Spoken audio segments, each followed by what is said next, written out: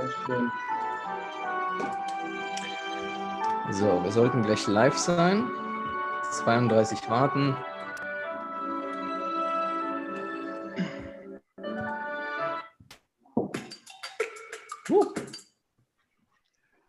Groovy, groovy, groovy. So, meine Lieben, eine Sekunde mal hier. Warum funktioniert das nicht? Wir sind live. Unser Weihnachtsspecial, Episode 82. Mit am Start der Andreas und der Jan. Der 4. Advent ist ja schon durch. Ihr hört es ja schon im Hintergrund, aber ich wünsche es euch trotzdem. Happy 4. Advent. Weihnachten steht vor der Tür. Erst einmal Rolling Queen, Schnutzi, René ist da, Dominik ist da, Toffa. Grüßt euch alle zusammen. Ich hoffe, euch geht es wirklich allen gut. Wir haben uns alle vorbereitet hier. Und erst einmal, wir fühlen uns gut. Wir fühlen uns richtig gut. Und was will ich noch sagen? Wir haben Jan mit dabei. Jan mit am Start ist mein Geschäftspartner aus Deutschland jetzt. Wir haben den Andi aus Costa Rica. Wir haben heute ziemlich coole Gäste mit am Start. Wir haben einmal B in Krypto, wir haben BitGreen mit am Start, dann switchen wir um auf Englisch, dann haben wir Syscoin, Phore und Polis. Es wird aber ziemlich spannend, weil wir haben, soweit ich weiß, verlosen wir über 200 US-Dollar. Ich mache es mal ein bisschen leiser, vielleicht wird man damit ein bisschen besser. Ja, es gibt über 200 Dollar zu gewinnen. Jan, Andreas, wie geht es euch beiden denn? Sehr gut. Herrliche Zeiten. Alles in Ordnung. Wie ist es in der Wärme, Andreas? Ja, hallo, frohe Weihnachten an alle oder vorträglich, wie auch immer man das nennt. Schön, dass ihr alle da seid und dass wir uns heute so ein bisschen mal für euch verkleidet haben. Ja, an der Wärme ist natürlich super. Kannst du dir vorstellen, ist ja gerade schön kuschelig unter dem Teil hier. Also falls ich nachher kurz ausmache, muss ich mich irgendwie andressen hier und irgendwas anderes anziehen. Also, aber alles für den Club, ja. Vollen Einsatz für unseren letzten Stream, denke ich, dieses Jahr. Und nochmal alle Coins, die Zeit haben heute, mit dabei haben. Freue ich mich drauf. Sicherlich viele geile Informationen, ein paar Reviews aus diesem Jahr.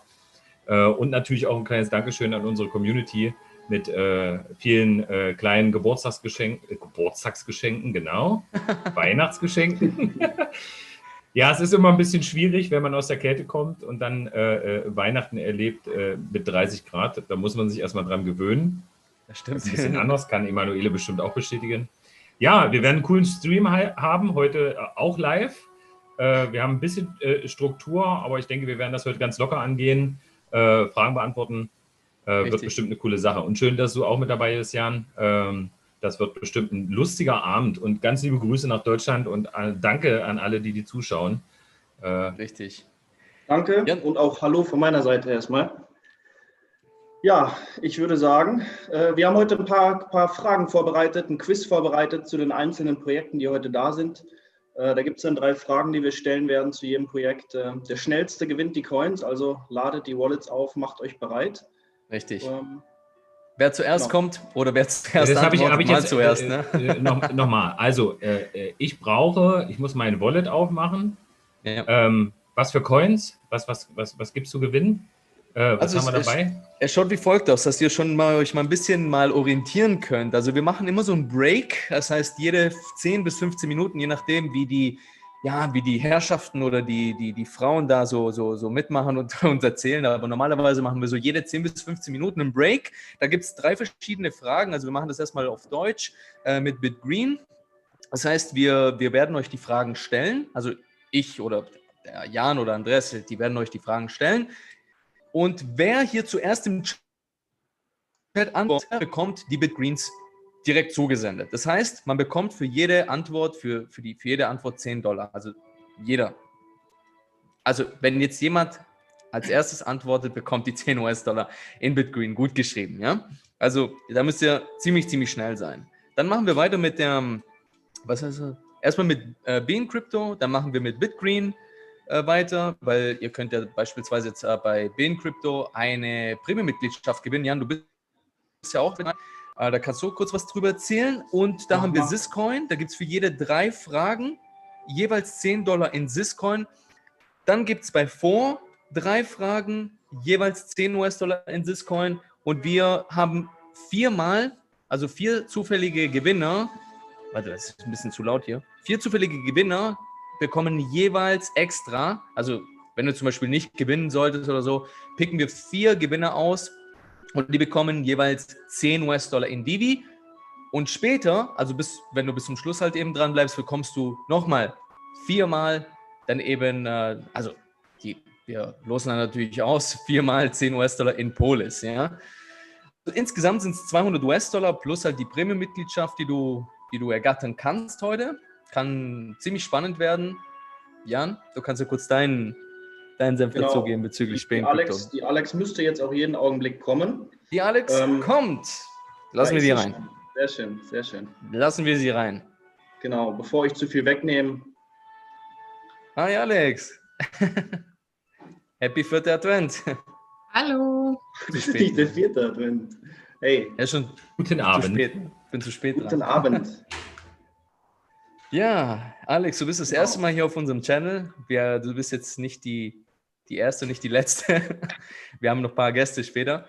Alex, du kannst dich mal kurz vorstellen, weil die Community kennt uns ja schon mittlerweile. Du bist ja jetzt hier so Newcomerin. Stell dich kurz vor. Ja, ich bin die Chefredakteurin von BeI in Krypto Deutschland und beschäftige mich entsprechend jeden Tag mit Krypto-News. Und seit einiger Zeit arbeiten wir hier alle zusammen. Und deswegen bin ich.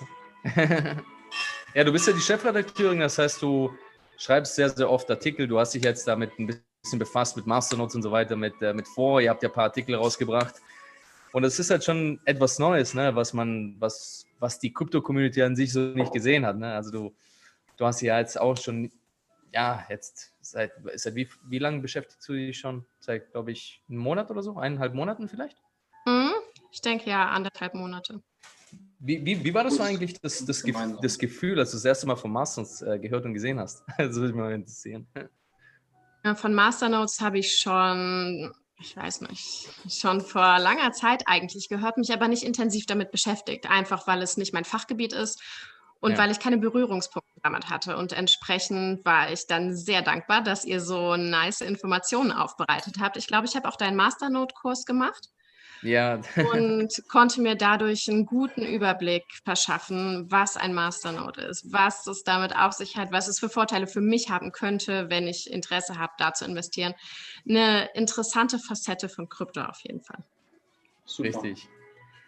Ja, wir sind ja heute alle versammelt. Wir haben jetzt nicht so viel Zeit, aber ich denke, das kriegen wir schon hin an dieser Stelle. Und falls ihr irgendwelche Fragen habt, liebe Leute, stellt die Fragen rein. Also die Alex ist da, Jan ist da, der Andi ist da. Ich weiß nicht, wir haben so viel zu erzählen. Wer fängt als erstes an, würde ich sagen? Ja, die Alex soll erzählen, würde ich sagen. Ja, das ist gut. Ich hätte jetzt auch gar nicht so viel vorweggenommen, Alex. Du weißt ja, wir arbeiten jetzt seit 1,5 Monaten zusammen, exzessiv, und haben jetzt, wie gesagt, die ersten Artikel zusammengeschrieben. Vielleicht versuchst du unseren Zuschauern mal so ein bisschen was über eure Strukturen bei BeI, weil ihr auch in vielen, vielen Ländern aktiv seid, zu erzählen und die Services, die ihr so anbietet bei euch. Genau, wir veröffentlichen in 10 Sprachen. Das heißt, wir haben natürlich länderspezifische Themen. Was genau passiert in Deutschland, beispielsweise im Regulierungssektor? Das interessiert natürlich niemanden, der in Korea sitzt, das ist ganz klar. Dadurch, dass wir so viele Sprachen haben, haben wir aber auch einen riesig guten Zugang zu allen möglichen Informationsquellen. Das heißt, wir sind super gut vernetzt. Wir haben Informationen sehr schnell und tauschen uns natürlich auch täglich untereinander aus. Und ich würde sagen, bei BeI und Krypto geht es nicht nur um Kryptowährungen, sondern auch um Investment, um Sicherheit, um Wallets, um, klar, Regulierungen, aber auch um Technologie, ganz viel um Blockchain. Wie können wir Blockchain nutzen? Wer benutzt es bereits? Und wir versuchen auch ein bisschen immer auf die Zukunft zu schauen. Also, welcher Trend zeichnet sich ab? Trading natürlich ein großer Punkt bei uns. Wir versuchen eigentlich vor allem im deutschen Bereich einen ganz großen Bereich von Möglichkeiten abzudecken, der Krypto uns bietet. Ihr seid sehr aktiv, ne? In der Trading-Gruppe. Jan, du bist ja beigetreten in den letzten Wochen. Also ihr seid ja sehr, sehr erfolgreich damit, auch mit Krypto-Trading und so weiter. Das ist eigentlich auch ein sehr, sehr guter Zeitpunkt, weil wir sind jetzt auch im Bullenmarkt. Ne? Es ist alles so ziemlich volatil und da kann man, wenn man smart und schnell ist, da auch einiges rausholen. Jan und Alex, wie seht ihr das eigentlich so mit dem Krypto-Trading und auch so mit der Technologie so in den nächsten Monaten und in den nächsten Jahren? Also erstmal Alex, vielleicht magst du was über euren Service dahingehend erstmal erzählen, bevor ich dann... Ja, klar, gerne. Also auf unseren Webseiten veröffentlichen wir auf jeden Fall täglich technische Analysen. Das heißt, die Leute können sich bei uns kostenlos einen Überblick verschaffen, was passiert bei den großen Kryptowährungen, kurzfristig und langfristig. Wir machen auch Prognosen und wir klären auch über die Hintergründe der Kryptowährungen auf. Klar, wer ist Satoshi Nakamoto oder was passiert eigentlich auf großen Kryptowährungsbörsen? Wo kann man traden? Und welche Kryptowährungen eignen sich zum Traden? Welche Wallets brauche ich dafür? Brauche ich Equipment? Und wer wirklich tiefer in die Materie einsteigen möchte, der kann halt unserem Premium Trading Channel beitreten. Dort gibt es Signale und Hinweise und Tipps und Austausch, also alles, was das Traderherz begehrt. Ja, das muss ich absolut an der Stelle mal bestärken. Ich habe auch, oder ich denke, viele von unseren Zuschauern heute werden auch in einigen Gruppen unterwegs sein. Und was ich bei euch festgestellt habe, ist, ihr habt ja den Terranova und den Waldrin Tahiri, glaube ich, heißt das, sind ja eure beiden Trader.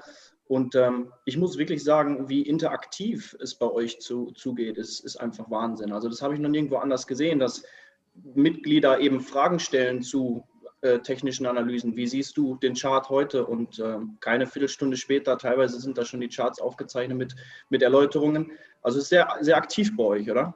Ja, und darauf legen wir auch großen Wert, dass unsere Community sich an uns wenden kann. Nicht nur was Trading angeht, sondern auch was alle anderen angeht.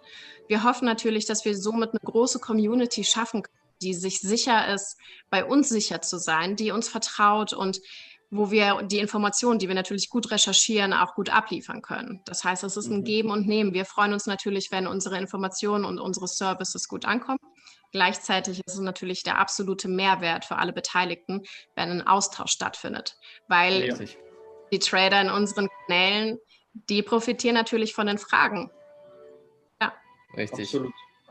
Ja, ihr könnt ja mal, Alex, du kannst ja den Link auch reinstellen von BeI Crypto. Ich denke, das ist eine coole Seite, auch also so mehr oder weniger wie Cointelegraph, aber wird, denke ich mal, besser sein, auch im deutschsprachigen Raum. Ihr werdet euch da sehr, ich weiß gar nicht, ob sie das kann. Ich glaube, du hast die Einzelrechte immer noch. Über mittlerweile 35 Jahre, wie wir das ja machen, darfst du nur Links teilen. Warum? Also, wie weißt du, dass ich weiß Alex nicht. keine Rechte hat? Selbst ich darf das nicht. Wenn ich hier was reinschreibe, dann, ja, du darfst das nicht. Ich das direkt raus. Ja, das besteht jetzt. Aber Alex, schreib da mal was rein. Also ich weiß nicht, ob das. Ich weiß nicht, ob ich das kann. Sonst kannst du es. Mach du es gerade, Emanuele. Ich habe es schon reingestellt, ja. Das ist die Seite von BeI Crypto. Also da könnt ihr euch schlau machen in Bezug auf vielen verschiedenen, ja, sagen wir mal, Blockchain-Technologie. BeI Crypto spricht auch sehr viel über Bitcoin, über technische Analysen, Trading etc. Also ziemlich spannende Seite. Ihr seid ja auch in der letzten Zeit sehr stark gewachsen. Also als wir damals eingestiegen sind, also in der Gruppe beigetreten sind, wart ihr, glaube ich, 260. Seid ihr irgendwie 420 oder wie viel? 430? Ja, ich habe eben noch mal geguckt, 470. Also 470. Unser Social Media Manager, der gibt wirklich alles. Heftig, ja. Cool. Ihr seid gut gewachsen, ja, sehr gut gewachsen. Sehr gut. Verdient. Darf ich eine Frage stellen? Ja klar, Andi. Darf ich eine Frage stellen? Ja, Alex, hallo, ich bin Andreas. Ich habe eine Frage. Du bist ja jetzt anscheinend schon eine ganze Weile in dem Kryptospace drin. Was ist denn so von deiner Seite der Trend für 2021? Wo siehst du denn persönlich so die Richtung, wo sich Krypto hin entwickelt? Darf ich auch außerhalb Kryptowährungen gehen? Ich würde Tokenization als riesiges Potenzial anführen. NFTs, Gaming, auf jeden Fall wird big. Alles, was mit Trading zu tun hat, läuft immer. Und ich glaube, dass wir ganz viel in Richtung Blockchain sehen werden. Es gibt immer mehr Unternehmen, die das implementieren. Und ich glaube auch, dass wir weg von diesen Blockchain-Inseln kommen. klar, in München sehen wir momentan das Smart City-Projekt von Datarella laufen. Und ich glaube, dass es sowas vermehrt geben wird. Und ich glaube auch, dass die Infrastruktur unternehmensübergreifend, länderübergreifend implementiert werden wird. Das heißt, alles, was mit Blockchain zu tun hat, das wird, glaube ich, steil gehen und Tokenization, Assets, alles, was man irgendwie zu Geld machen kann, glaube ich, das. Ja, man sieht ja jetzt schon die Prominenten, die machen jetzt sehr viel mit NFTs, also sie verkaufen ja ihre Baseballkarten, ihre Gemälde und so weiter. Man sieht es ja mit Paris Hilton, die hat es ja damals schon gemacht, glaube ich, mit Ethereum war es, oder? War es nicht Ethereum? Ich weiß es nicht, ich glaube ja. Ne? Ethereum, ja. Ich glaube irgendwie 54 Ethereums oder so, also die ist voll durchgedreht, die Frau. Ja, die ist ja sowieso durchgedreht, aber es gibt ja auch andere Baseball-NBA-Stars, also die sind richtig scharf auf NFTs und solche Plattformen können vielleicht nächstes Jahr ziemlich spannend werden, ja. Also interessant für Investoren. Ja. Es gibt ja zum Beispiel auch ein Projekt namens Crown, die machen auch sehr viel mit NFTs. Ich denke, ja, also Crown gibt es ja schon seit 2014. Ziemlich spannendes Projekt, auch noch gute Developer. Also die werden wir auch in den nächsten Episoden noch mit dran nehmen. Vielleicht wird BeI Krypto auch irgendwann mal drüber ein Wort verlieren. Aber das ist noch Zukunftsmusik. Ja. Du hattest ja auch gesagt, ihr wollt noch ein paar Services hinzufügen, vielleicht noch die ein oder andere Sparte, über die ihr berichtet. Wie sieht 2021 aus? Wie geht es für euch weiter jetzt im Januar, Februar, März? Ja, gute Frage. Ich möchte ein bisschen mehr über Kunst berichten, also Kryptokunst. Nicht nur Kunst über Kryptowährungen, sondern natürlich auch NFTs. Alles, was damit zu tun hat, wie das den Kunstmarkt verändert. Dann haben sich ein paar Leser gewünscht, dass wir ein bisschen mehr in den Gaming-Bereich einsteigen. Das versuche ich auch, obwohl ich im Gaming absolut keine Ahnung habe. Aber es wird sich irgendwer finden, der mir die passenden Infos zuspielt. Und PlayStation zu Weihnachten. Oh ja, genau. Wow, mein Traum. Ist die 5 schon draußen? Die 5? Ja? Die PS5 ist sie schon draußen? Ich habe keine Ahnung. Ich spiele seit 20 Jahren nicht mehr. Ja? Die ist schon draußen, ja. Okay, gut zu wissen. Ja, auch cool. Ja, danke, für mich keine PlayStation. Okay. Kein Bedarf, danke. Nee, ich denke, dass wir ein bisschen mehr über Tokenization berichten werden. Wo kann man investieren? Was gibt es außerhalb von Kryptowährungen? Klar, Bitcoin geht immer. Aber was bietet uns Tokenization? Welche Assets kann man tokenisieren? Welche Unternehmen kümmern sich drum? Was bietet das uns? Wo können wir bei der Wertumverteilung noch dabei sein? Weil gerade die Tokenization ermöglicht uns ja, dass wir an großen, wertvollen Gegenständen, die wir uns sonst nicht leisten können, einsteigen können. Und das könnte wiederum dazu führen, dass viel mehr Menschen, die vorher keine Chance hatten, irgendwo zu mehr Reichtum zu kommen, eine Chance haben, da einzusteigen. Und das möchte ich ein bisschen näher beleuchten. Das ist interessant. Das hört sich gut an, ja. Ja, wir sehen ja aktuell, was ja aktuell so passiert, ne? Also wir sehen ja, die Mittelschicht verschwindet langsam und ich hoffe, dass wirklich in den nächsten Jahren die Kryptowährungen auch, sagen wir, die Blockchain-Technologie an anderen Menschen verhelfen wird, auch sich hier Reichtum aufzubauen, in Anführungszeichen, weil wir sehen ja, mit einem normalen Job ist es aktuell nicht so ganz einfach, wenn man jetzt zum Beispiel in der Gastronomie tätig ist oder wenn man jetzt zum Beispiel im Flugverkehr so seine Arbeitsstelle hat. Das ist halt nicht so ganz einfach, ne? Und man wird einfach links liegen gelassen und deswegen denke ich, warum nicht, ne? So in den nächsten Jahren gibt uns wahrscheinlich Kryptowährungen die Möglichkeit, da auszubrechen. Wie seht ihr das eigentlich? Wie ist es so mit eurer Ansicht über Kryptowährungen und dem Reichtum und dem Angestelltenverhältnis? Wie seht ihr das überhaupt? Das würde mich mal interessieren. Wer möchte? Wer zuerst? Ja, lass mal die Frau zuerst. Also klar, okay, gut. Ja, ich war noch nie wirklich angestellt. Deswegen kann ich dazu nicht viel sagen, außer dass ich noch nie das Bedürfnis hatte, mich bei irgendeinem Unternehmen zu bewerben, zu sagen, ich möchte jetzt 40 Stunden für euch pro Woche arbeiten, weil ich kein eigenes Leben habe. Für mich war immer klar, ich habe Ziele und es gibt Unternehmen und Personen und Unternehmer, die mir helfen, diese Ziele zu erreichen, ohne dass ich zwangsläufig Teil dieses Unternehmens oder dieses Projekts werden muss. Das heißt, ich habe auf meinem Weg als Freelancer sehr viel gelernt, was ich jetzt als Chefredakteurin anwenden kann. Das wird aber auch nicht die letzte Station in meinem Leben sein, einfach weil ich denke, da ist noch viel mehr, was ich machen kann. Ich lerne super viel und es macht mir auch großen Spaß natürlich. Aber ich denke, gerade Kryptowährungen sind so ein breites Feld, weites Feld vor allem. Warum sich nicht umschauen und einfach alle Möglichkeiten nutzen, die sich da entwickeln? Wir können ja noch gar nicht absehen, was sich da alles entwickelt. Und wir werden es natürlich mit als erstes erleben. Und ich bin eigentlich relativ offen, was das angeht. Warum nicht neue Sachen dann ausprobieren, die sich dann irgendwann daraus ergeben, was wir gerade an Basis erschaffen? Ja, gerade mit dem Hinblick auch, das war ja absolut verrückt. Ich meine, was wir alles erleben durften und was auch noch alles wahrscheinlich in der Agenda steht, was noch passieren wird. Ja, das bietet natürlich die Tore jetzt für digitales Geld und ich denke, da kann noch einiges passieren, ja. Ich denke, so die ganze Menschheit bewegt sich gerade irgendwie in die Richtung auch. Das Digitale, ne? Digitale ja, Zeitalter. Schon. Ich denke, irgendwie passt gerade alles zusammen. Wir werden mal schauen, wie es sich entwickelt, aber ja. Andi, wie siehst du das eigentlich überhaupt? Du bist jetzt in Costa Rica da seit mehreren Jahren. Und wie siehst du jetzt eigentlich mit der Digitalisierung, mit den Banken, mit der Mittelschicht, die jetzt langsam verschwindet oder verschwinden wird, auch vielleicht in naher Zukunft? Wie siehst du das? Oder es ist ja eine Frage, die dauert ja eine Stunde, um die zu beantworten. Ich versuche das mal kurz zu machen. Also ich glaube, eine weltweite Digitalisierung hat einen Turbo bekommen dieses Jahr. Also auch, dass die Banken sich mehr konzentrieren auf digitales Bargeld oder digitales Geld. Digitales Bargeld. Ja, wie auch immer die das dann schimpfen werden. Ja. Wir werden vielleicht nochmal einen neuen Ansatz sehen bei Libra. Da gibt es ja auch einige Entwicklungen, die da zeigen, dass da nächstes Jahr nochmal richtig was um die Ecke kommen kann. Man kann natürlich nicht alles über einen Kamm scheren, weil wir haben in vielen Regionen viele Menschen, die sind unbanked einfach. Die haben ihr Mobiltelefon und das war's. Machen viel über die Mobilprovider. Ich glaube, dass sich die Banken nicht so einfach, wie sich das viele Krypto-Enthusiasten oder Hardcore-Krypto-Leute vorstellen, dass die Banken so einfach sagen, ja, dann schließen wir zu und überlassen euch das Feld. Das glaube ich nicht. Es wird ein Miteinander geben, es wird viel mehr Regulatoren ab nächstes Jahr geben, gerade in erste Weltregionen, also Europa, USA, Kanada. Da wird man viel darauf achten, dass das, wie nennt man das denn, stubenrein, dass es halt passt in die Gesellschaft.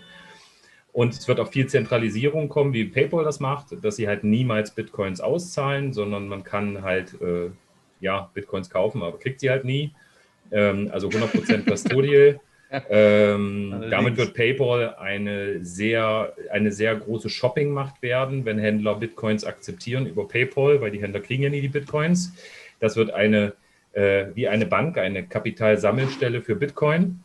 Was das für Auswirkungen haben kann auf den Gesamtmarkt, das werden wir dann sehen. Weil ich glaube, PayPal deckt sehr viele Händler ab. Es ist eine ziemliche Gefahr auch für den Crypto-Space. Man muss ja nur gucken, wem PayPal gehört und wo die da dranhängen.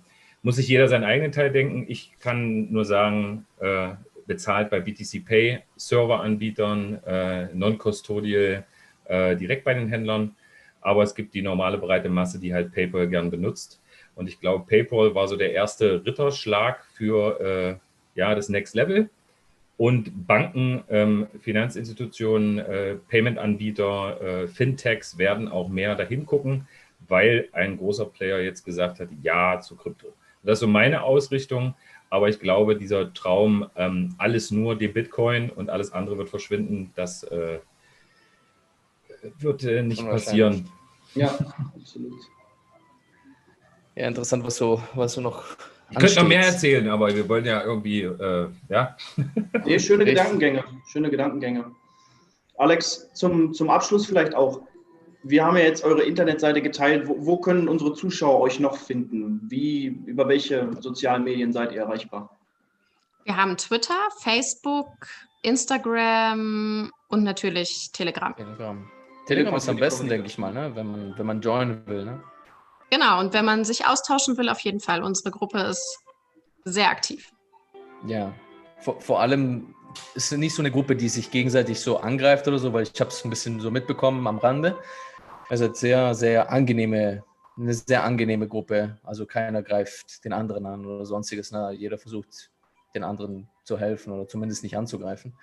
Das finde ich sehr, sehr gut bei euch. Also, großer Punkt ist natürlich Trading. Ja. Genau. Also du liest halt viel über die Charts und wie es sich entwickeln wird. Und ja, doch. Also ihr gebt die Gruppe oder die Kommunikation in ein gutes Feld, worauf alles sich dann aufbaut. Also gefällt mir auch sehr gut der Flair bei euch dort. Dankeschön. Das werden wir dann gemeinsam aufbauen 2021. Ich bin, wie gesagt, sehr, sehr dankbar dafür, für jede Partnerschaft. Dieses Jahr haben wir sehr, sehr coole Partnerschaften geschlossen, unter anderem auch mit BeI Kryptos. War auch ich weiß nicht, ihr habt mich, glaube ich, angeschrieben oder so gehabt. Da dachte ich mir, okay, lass uns das mal anschauen. Und es haben sich ein paar coole Dinge ergeben. 2021 wird, denke ich mal, noch besser sein, weil wir werden da richtig Gas geben. Wir werden weitere Projekte auch unter die Lupe nehmen. Hoffe ich zumindest, Alex. Aber ich glaube schon, weil wir haben mit sehr vielen Projekten und mit sehr vielen Foundern da auch Kontakt. Zum Beispiel der Andreas ist auch mittendrin mit Polis und so weiter. Wir werden auch später über Polis sprechen. Auch ziemlich spannendes Projekt. Die sind jetzt auch gerade dabei, eine Innovation rauszubringen, die an sich so fast keiner gemacht hat, außer Pivix und Dash. Jetzt kommt Polis mit Olympus, mit seinem eigenen Code. Und das ist halt etwas, das die Masternode-Nische natürlich auf das nächste Level bringt. Nächstes Jahr, im Q1, ist es ja dann soweit. Vielleicht werden wir mal schauen, ob da noch Space drin ist für euch. Also, ob ihr da darüber berichten wollt. Aber da können wir euch vernetzen, das ist kein Thema. Ja. Das ist gut. Super. Du hattest mal eine Frage vorbereitet, Alex, oder? Die Frage für die Premium-Mitgliedschaft. Mhm. Ja, richtig. Wir machen jetzt einen Cut. Ich hoffe, jeder hat zugehört. Da ist Delay im Stream. Ich werde beantworten. Haha.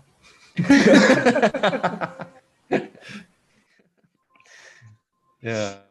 Genau. Meine Frage ist, wo sind wir am besten zu erreichen? Wo kann man sich am allerbesten mit uns austauschen? Schreibt rein hier. Okay. Chat. Schreibt rein, Chat. Kann ich in den Chat schreiben? Ich gebe ja ab StudiVZ, MySpace oder MSN. Richtig. Die aktuellsten. ICQ. Ja, genau. AOL. Brieftaube. AOL. AOL. Schau mal her.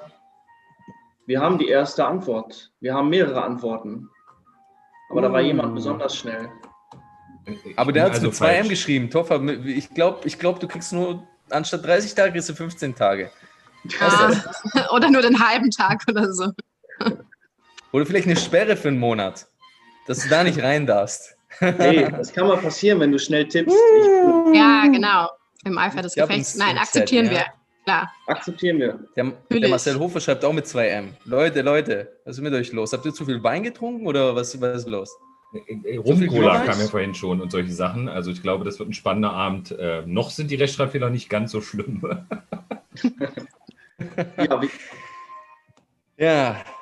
Wie meldet sich Toffer T am schnellsten, um das Ganze einzulösen?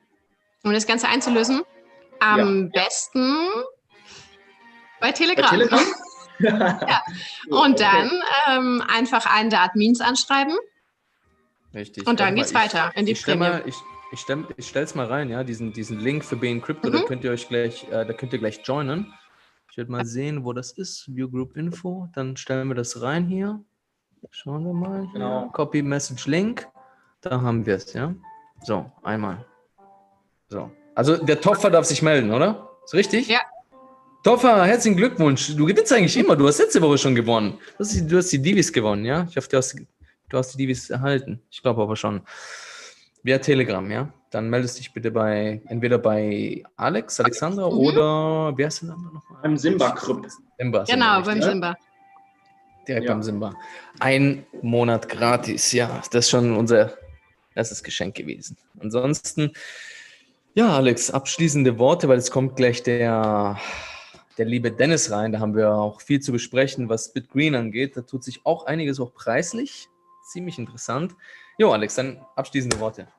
Abschließende Worte. Ich wünsche euch noch viel Spaß und uns allen ein richtig gutes 2021. Danke. Ein Wort in Gottes Ohr, ja? Ja, wir hoffen das alle. Vielen Dank für deine Zeit. Gerne. Macht's gut. Alex, danke, dass du da warst. Wir halten uns in Touch. Danke für deine geleistete Arbeit, für deine Hilfe, die ihr uns angeboten habt und auf viele weitere Geschäfte und wie auch immer. Frohe Weihnachten, lass es dir gut gehen, bleib gesund. Bis bald. Wir sehen uns im Neujahr. Ja? Tschüssi. Ciao, Alex. Ciao, bis bald. Da ist gerade noch eine Frage in den Chat gekommen. Was kostet das dann sonst, das Premium? Hat da jemand eine Idee? Ja, grundsätzlich ist Dennis, grüß dich! Da ist es schon. Hi. Hey. Vielleicht, um schnell abzuschließen, das letzte Gespräch. Sie arbeiten mit einer Exchange Stormgain zusammen und es wird über einen Betrag geregelt, den du einzuzahlen hast mindestens. Ich bin mir nicht sicher, ich glaube $100 waren es. Wenn du die einzahlst auf der Exchange, ist eine verifizierte Exchange, dann bekommst du die Premium-Mitgliedschaft. So in etwa. Check das mal ab in der Telegram-Gruppe. Fragt am besten im Telegram. Da kriegt er wahrscheinlich die beste Antwort. Ja. So ist das. Und Dennis ist erstmal geschockt. Ja, sorry. Wir gehen gleich zu Wacken, gehen wir gleich mit. Dennis, was ist los? Sind wir jetzt overdressed oder bist du underdressed?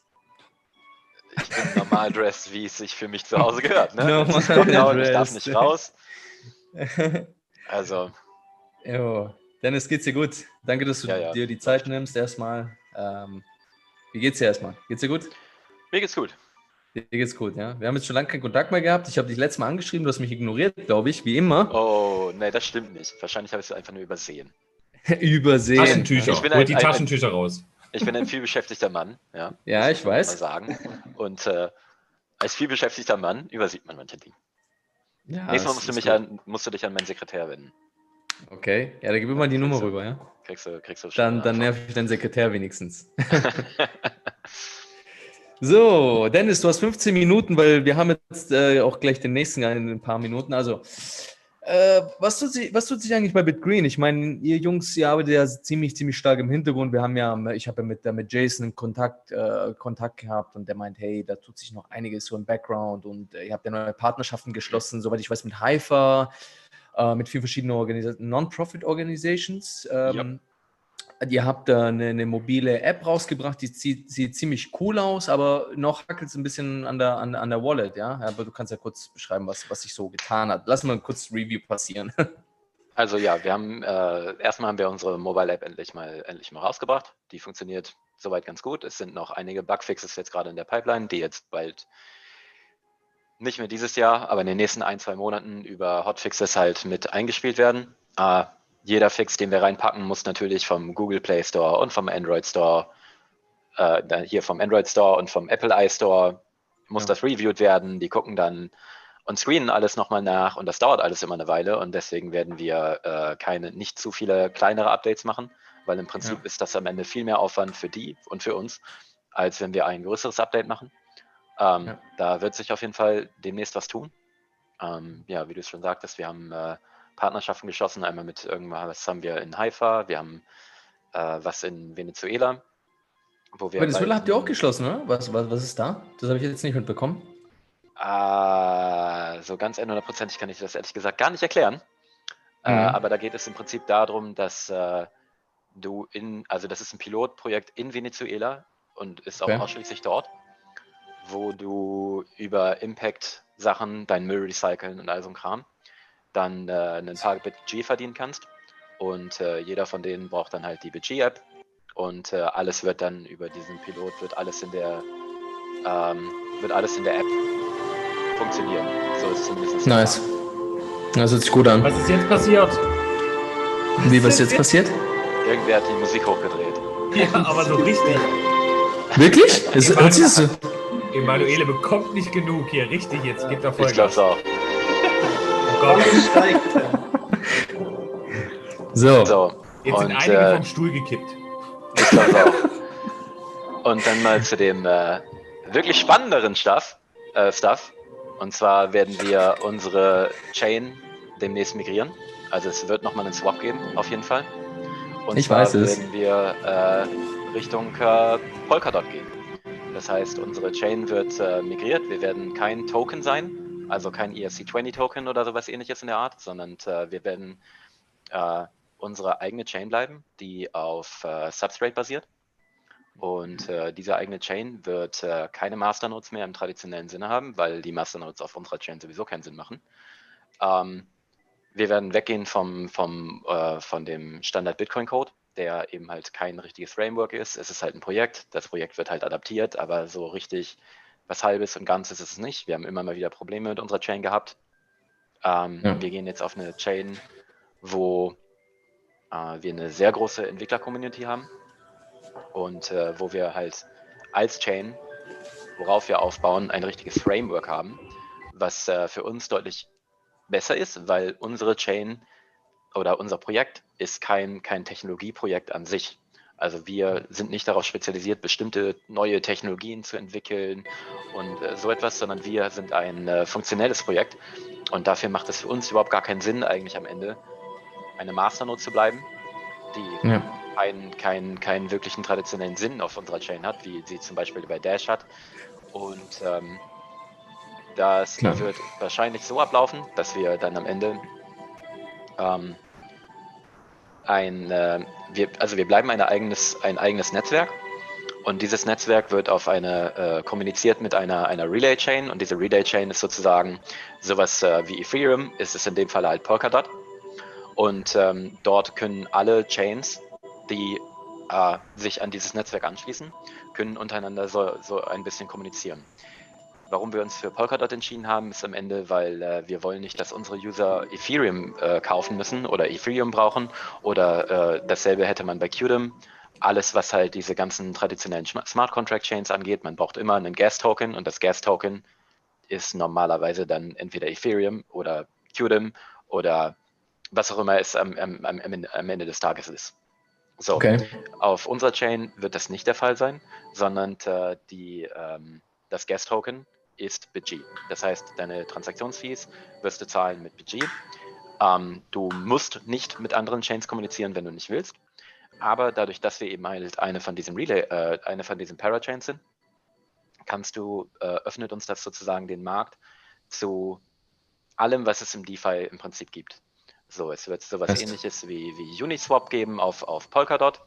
Und da wird es dann so laufen, dass unsere Chain, also deine Coins musst du niemals von unserer Chain entfernen. Das heißt, sie werden auch deine Wallet nicht verlassen, wenn du sie auf einen Exchange depositen willst, in dem Fall auf einen Decentralized Exchange, in dem Fall. Sondern es wird dann halt so laufen, du hast dann halt einen Trade auf einer anderen Chain, das wäre dann die Uniswap-Chain. Und dort wirst du wahrscheinlich auch eine kleine Gebühr zahlen müssen, die entweder in dem traditionellen Token bleibt oder halt in einem Unigas-Token. Das wissen wir jetzt noch nicht, weil so weit ist das Ecosystem noch nicht. Das wird sich wahrscheinlich in dem nächsten halben Jahr explosiv entwickeln, denke ich mal, wenn alles da ist. Ich habe mit sehr vielen Leuten gesprochen, die für dort schon Sachen entwickeln und das wird auf jeden Fall relativ spannend in dem Fall. Klar. So, für unsere User, alle, die gerade ihre Masternodes haben und ihre Masternodes gerne weiterlaufen lassen wollen, es wird sowas Ähnliches geben wie Masternode, und zwar sind das halt Validator-Nodes und Full-Nodes. Und diese Nodes sind halt, die einen produzieren die Blöcke und die anderen validieren, dass derjenige, der die Blöcke produziert hat, keinen Mist gebaut hat. Beide von diesen werden die Block-Rewards bekommen, traditionell wie bei uns jetzt auch, nur eben halt nicht über die Masternode. Und als kleinen Mann kann man immer noch staken. Das heißt, du kannst immer noch deine normalen BG staken und die kannst du an die Validatoren delegieren. Das heißt, wir haben dann auch Staking auf der Mobile App, weil du dann nämlich einfach dein Stake an einen Validator geben kannst und der validiert dann sozusagen in deinem Namen. Dabei sollte man aufpassen, dass man den richtigen nimmt, denn jeder, der sein Stake delegiert, ist auch ebenfalls vom Slashing beeinflusst. Sprich, Slashing bedeutet in dem Falle, wenn jemand versucht, Scheiße in die Blockchain zu packen, purposefully die Blockchain halt so voranzutreiben, dass es für ihn ganz toll ist oder sowas, dann kann es sein, dass er einen Teil seines Stakes verliert.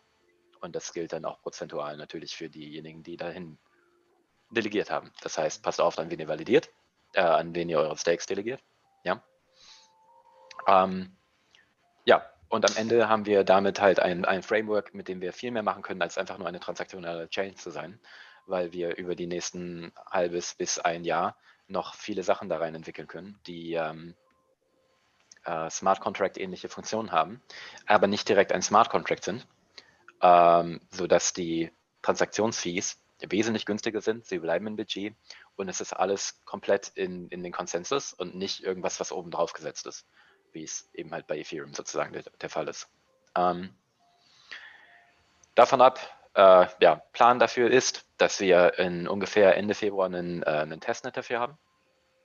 Das heißt, wir haben unser eigenes Testnet. Das ist noch nicht an Polkadot angeschlossen, sondern das ist einfach ein ganz normales Testnet auf der Blockchain. Wer da gerne mitmachen möchte, kann das in dem Falle gerne tun und sich dann beim Discord melden. Und dann werden wir im Discord auch einige Validatoren reinnehmen und so weiter.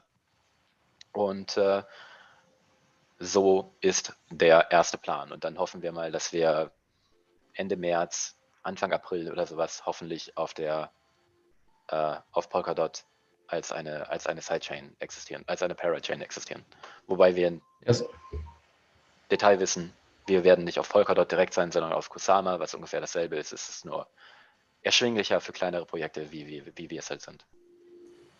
Okay. Off-Topic, Musik bitte aus. Hört man das so laut oder wie? Manchmal. Ist es so laut? Also es ist zwischenzeitlich, keine Ahnung, es muss an einem Mikro liegen, das ab und zu einfach irgendwie... Ja, okay, ich mach's mal aus. Danke, ich glaube, es sind viele dankbar jetzt gerade. Wer dankbar ist, Daumen hoch in Chat.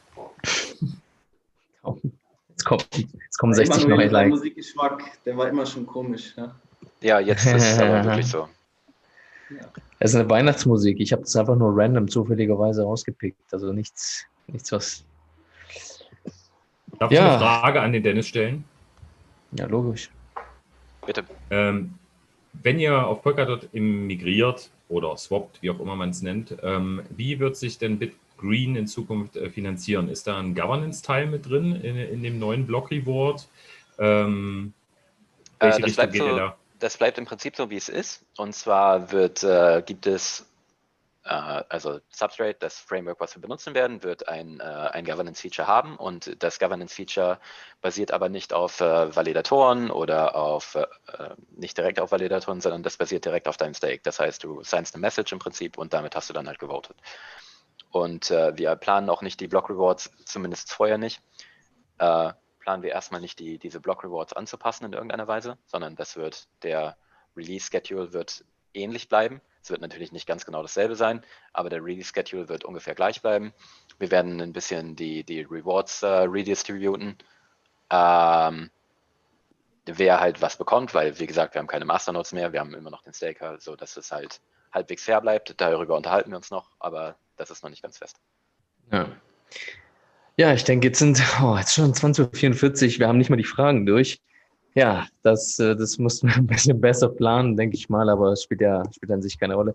Ja, ihr habt ja viel zu tun. Dennis, ich denke, du kannst, wenn du willst, im nächsten Krypto Friday mit dabei sein, vielleicht im übernächsten, wenn du magst. Da kannst du natürlich über BitGreen sprechen, weil ich denke, das ist auch ein Projekt, das wie sagt man das schon ein paar, wie sagt man das am besten?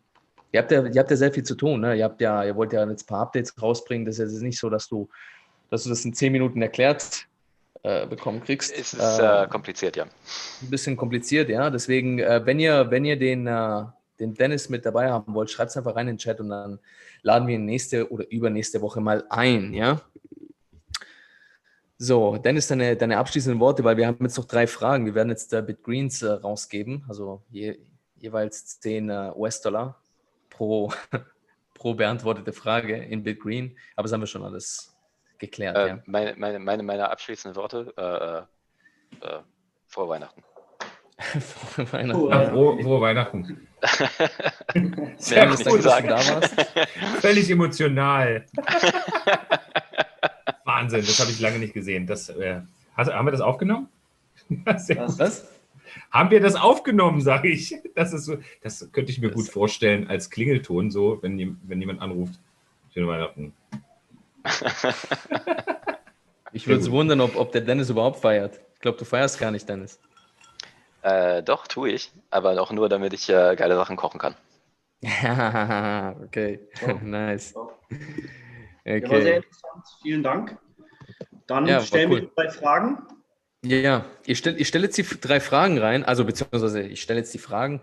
Und Dennis, wenn du dabei bleiben willst, kannst du gerne dabei bleiben, weil wir haben Bradley von Cisco mit dabei, der kommt in 3 Minuten. Bradley, we're speaking in around 3-4 minutes with you, right?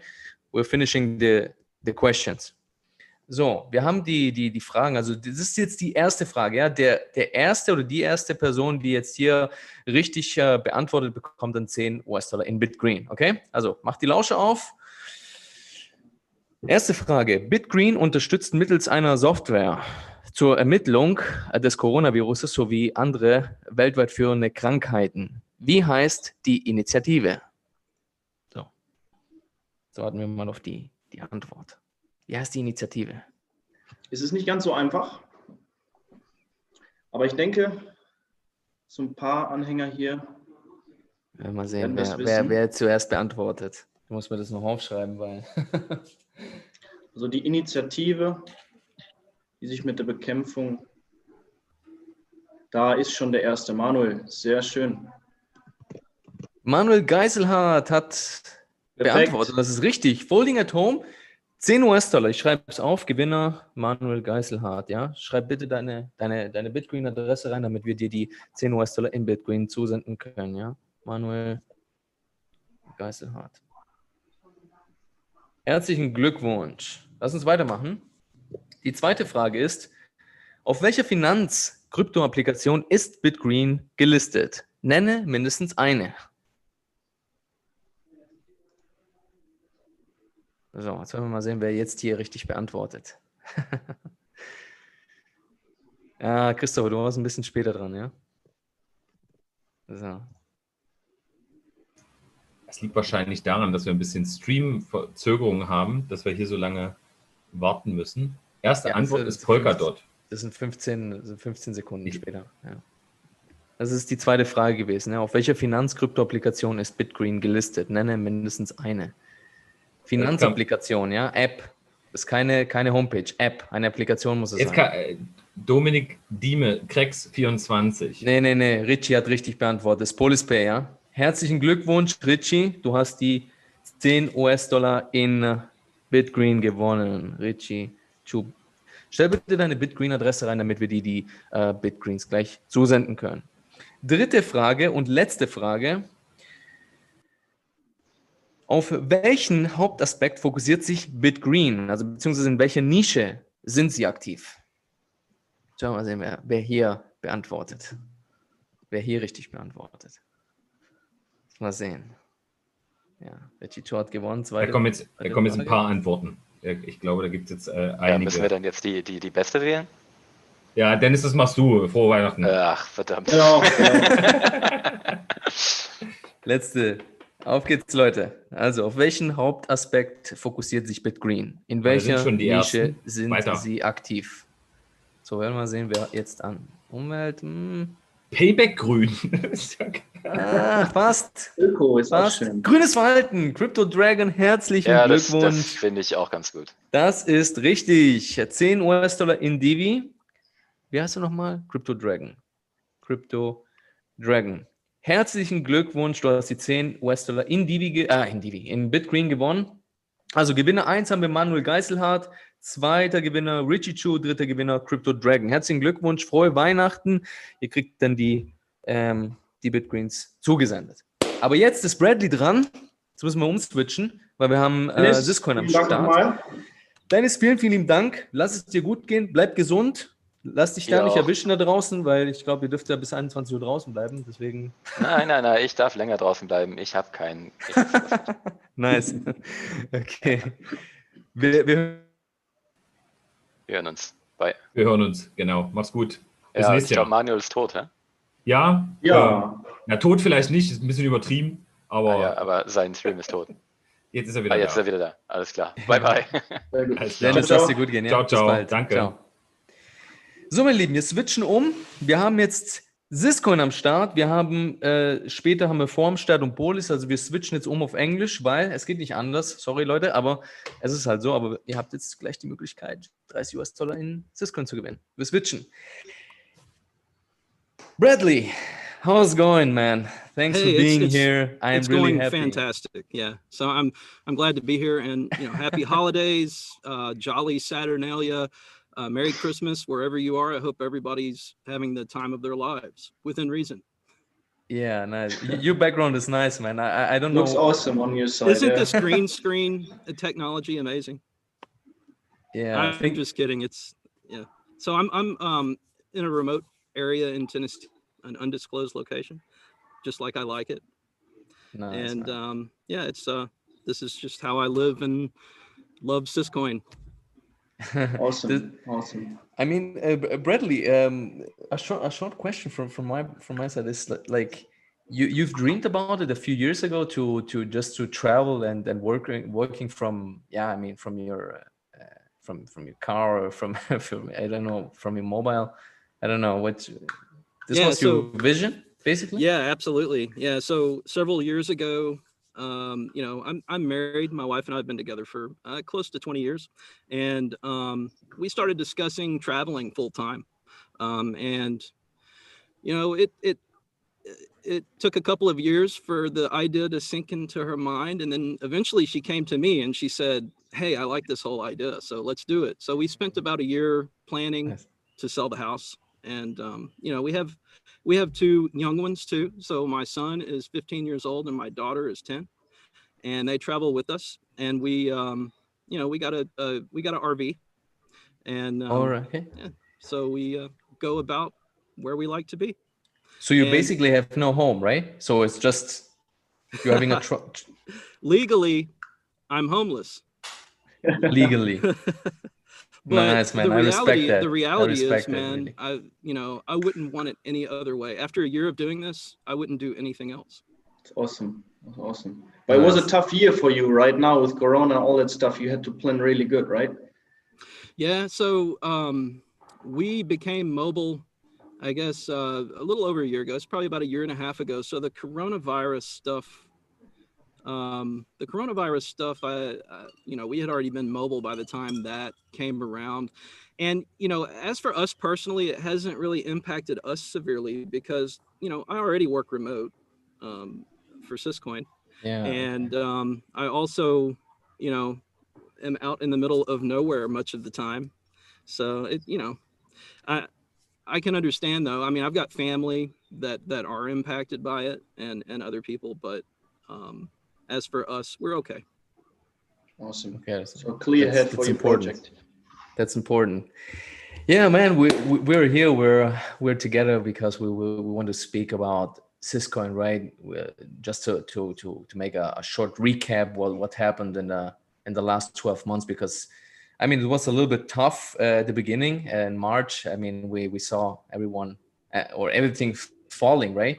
So tell us about your situation. What was happening behind the scenes in Syscoin? Because we see actually Syscoin 4.2 it's just starting. You've made big partnerships, the bridge, etc. I mean, it is something that really amazes me to see the progress of Syscoin. Just tell us what was happening in the last 12 months. Well, I mean, back in March and really throughout most of this year, the situation was the same as the previous year, which was that we were just continually pursuing the vision that we have to revolutionize how the world transacts, and getting the technology and the infrastructure in place, for that. And pursuing a really methodically thought out design. And that takes time to do correctly. So yeah, a lot of this year was focused on that and getting those pieces in place. We reached a point, around May or June when we started pushing for adoption. We got our technology where we thought it should be, and we started communicating with various projects that are based on tokenized assets, and showing them our platform. And one of the bigger ones that recognized what we offer for stablecoins in particular, because they have a lot of big needs these days with the traffic that they demand. Binance, for Binance USD, decided that they liked what Syscoin had to offer. So there are contracts written up between them and Blockchain Foundry, which is not Syscoin specifically, but the founders of Syscoin have a public corporation called Blockchain Foundry.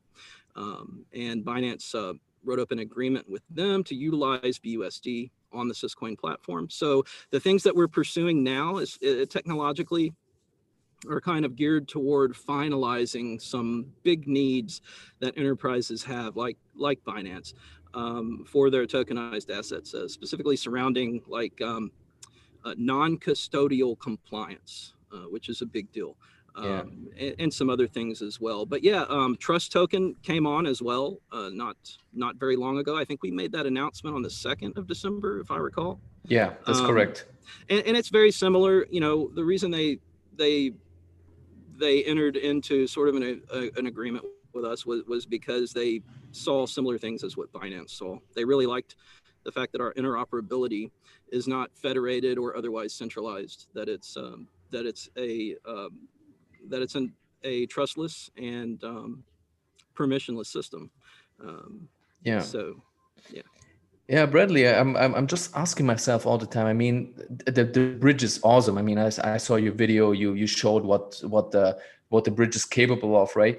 With just transferring assets to other chains, right? So the point is, my big question, and maybe some of our community has the same question. So the competition is, let me say, a little bit high, right? We have Ethereum, we have bigger chain, right? Like the same coins that offer more or less the same service that you guys offer. Okay, so what do you see in the near future, like in 1 year, 2 years, or maybe 5 years, right? In this niche, where do you see Syscoin competing with others, or just not competing at all?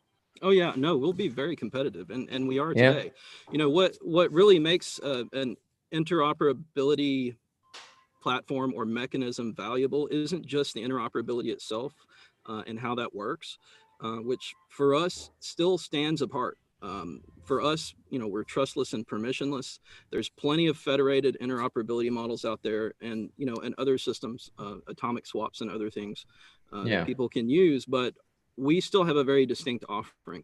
But it's not just the interoperability that's the value proposition. It's what a project gains, or what a user or owner gains by crossing that bridge over to the Syscoin platform. And what we provide is a platform that is completely decentralized and is performant for payments and is designed so that we can expand that out to global scale, particularly with multi-asset payment channels and things like that. So our design and frankly, what we provide today, even before we have some of this, oncoming tech released, is above and beyond, in my opinion, what the vast majority of asset platforms provide. And we provide it in a way that's decentralized. We're not using, so much a validator model or proof of stake, but we're using, Oxpal, merge mining with SHA-256 Bitcoin. So. But yes, we'll continue to be competitive, and there's technologies that we're developing right now. In fact, one thing that I wanted to mention to everyone, just kind of as a Christmas announcement, I guess, is we'll be releasing a fresh roadmap tomorrow. Oh, nice. And yes, and there's going to be a lot of new items in this roadmap that I think will surprise a lot of people. We've had enterprises and people within our community mention specific technologies that they'd really like to see Syscoin have, that they felt like was sort of a gap, because our focus was really on like bigger problems. But we've found ways of making these other things happen. So there's going to be some new items on the roadmap, and in the coming year, I think what a lot of people are going to really recognize is Syscoin's commitment to the user experience, which up to now we haven't focused a lot on because we were focused on the network infrastructure and the protocol. So we're going to, in fact, we have several integrations underway right now that are focused on, a revolutionary user experience. And some of that you'll get glimpses at in this new roadmap. Yeah, I'm really looking forward to 2021 because I see really a huge potential for Syscoin, for the bridge, and for the tokenization as well. I mean, this is something that a lot of people underestimated, the technology rise of the technology of Syscoin. So I'm really looking forward to, and I will do several videos the next year, a lot of videos for Syscoin. This is for sure, Bradley. I'm really looking forward to. So if you want to tell our community more things about what's coming next with the true USD, I mean, you guys didn't launch for 4.2, right? So it will be launched, as far as I know. Correct. We're in. We have a private test network going right now for 4.2, so it hasn't been released yet. We're getting very close to pushing that out to the public test net, and then from there, we're shooting for the first quarter of 2021 to release 4.2 mainnet. Nice. This looks fantastic, because the stable coins, they will have a rise for the next year. I think so, and that's why you're moving in the right direction. Oh yeah, I mean, tokenized assets in general, that's not slowing down. That's only going to grow.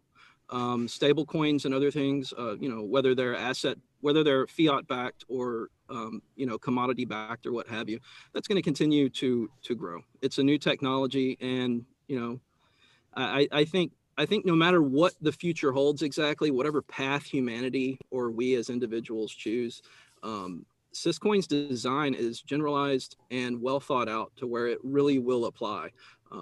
Because whatever path we go specifically, as far as the nuance of regulations and things like that, tokens need to work, and they need to work at scale.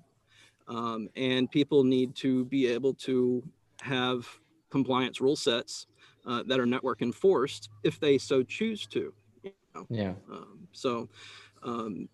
Looking forward to next year for sure. Yeah, next will be an interesting year for Cisco, and I'm 100% sure. And Andreas, Jan, if you have some questions for Bradley, he's here basically and answers all the questions for the community as well. And we have as well 3 questions for the community. You saw the questions, Bradley, because we wanna airdrop some Syscoins for the community, making some gifts. If you guys don't have nothing to say, we can start with the questions. Why not? What do you say? It is. I have one thing, Bradley. Hi. First time I talked to a man with the almost same head like me. Kind of funny. So, what is your personal view for the future next year, 2021, for the whole crypto world? So, what do you think is the biggest thing, or the 3 biggest things next year, where everybody has to take an eye on? Oh well. I have to kind of get into geopolitics a little bit, because I think that's the very significant opposing force, right, to the potential of what crypto can really be. But I don't foresee any massive roadblocks. Obviously various governing bodies are going to try to establish and enforce regulations of some kind, like they always do. But I think there's some judo afoot, in the cryptocurrency world, where those requirements will be able to be met without sacrificing the ideals that really are behind blockchain, completely.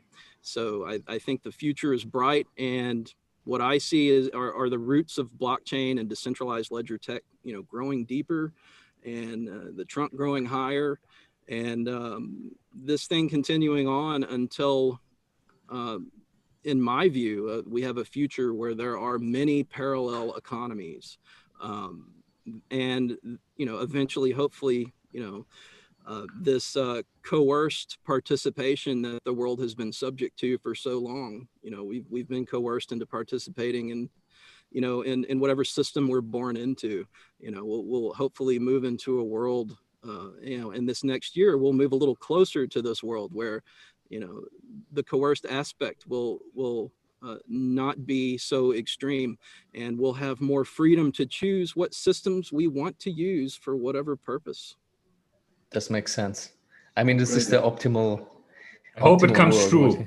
I hope so. Yes. Well, there's going to be, you know, obviously a lot of conflict, but I think technology is going to help us pass that. There's so many innovators, and there's so much intellectual capital in this industry, and so many inspired minds who come from, you know, who have different philosophical viewpoints, and it's just.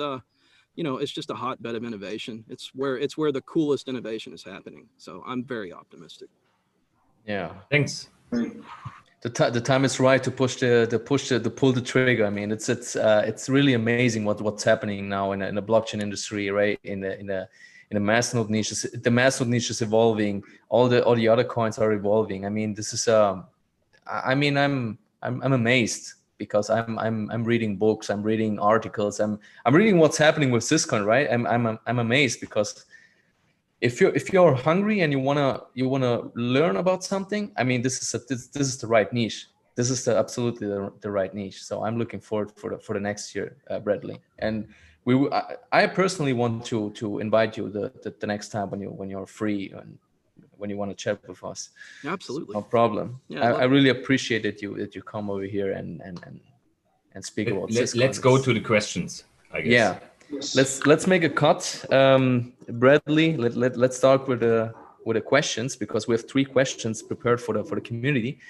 So guys, the first one who's answering the question correctly will receive $10 in Syscoin, right? Let's start with the first question. When did the Syscoin development team establish the project? Which year? So you need to name the year. When was Syscoin established? In which year? So let us see who's answering the right question. Who wants the $10 in Syscoin? Let me see. Now everybody's Googling. Oh, yeah. No, we got it. Got it. It's the delay in the stream. He's here. Don Dantes. Yeah, you've won the $10 in Syscoin. Yeah, Don Dantes was the first one. Yeah, 2017. No, it's not correct. 2018, Dominic. No. This Syscoin is the OG of the coins, of the Masternode coins. 213. Yeah. Oh, Luis is here.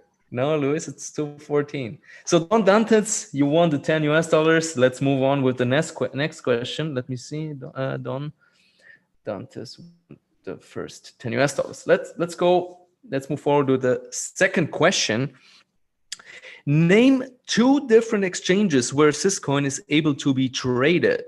Again, the next question. Name 2 different exchanges where Syscoin is able to be traded. Minimum 2 exchanges, guys. Easier. 2 exchanges. Let me see who is answering first. I mean, yes, that was fast and easy. Which one? Who answered? Your Bean. I don't know if I got the first name right. Yeah. Binance Bittrex, Gratis Bean. Yeah, you won the $10 in Syscoin. Please type in here your Syscoin address, so we will send you the Syscoins. Gratis Bean. Let me see. Right. Some people are really fast, huh? They sit there. Yeah, they're listening. They're doing a good job.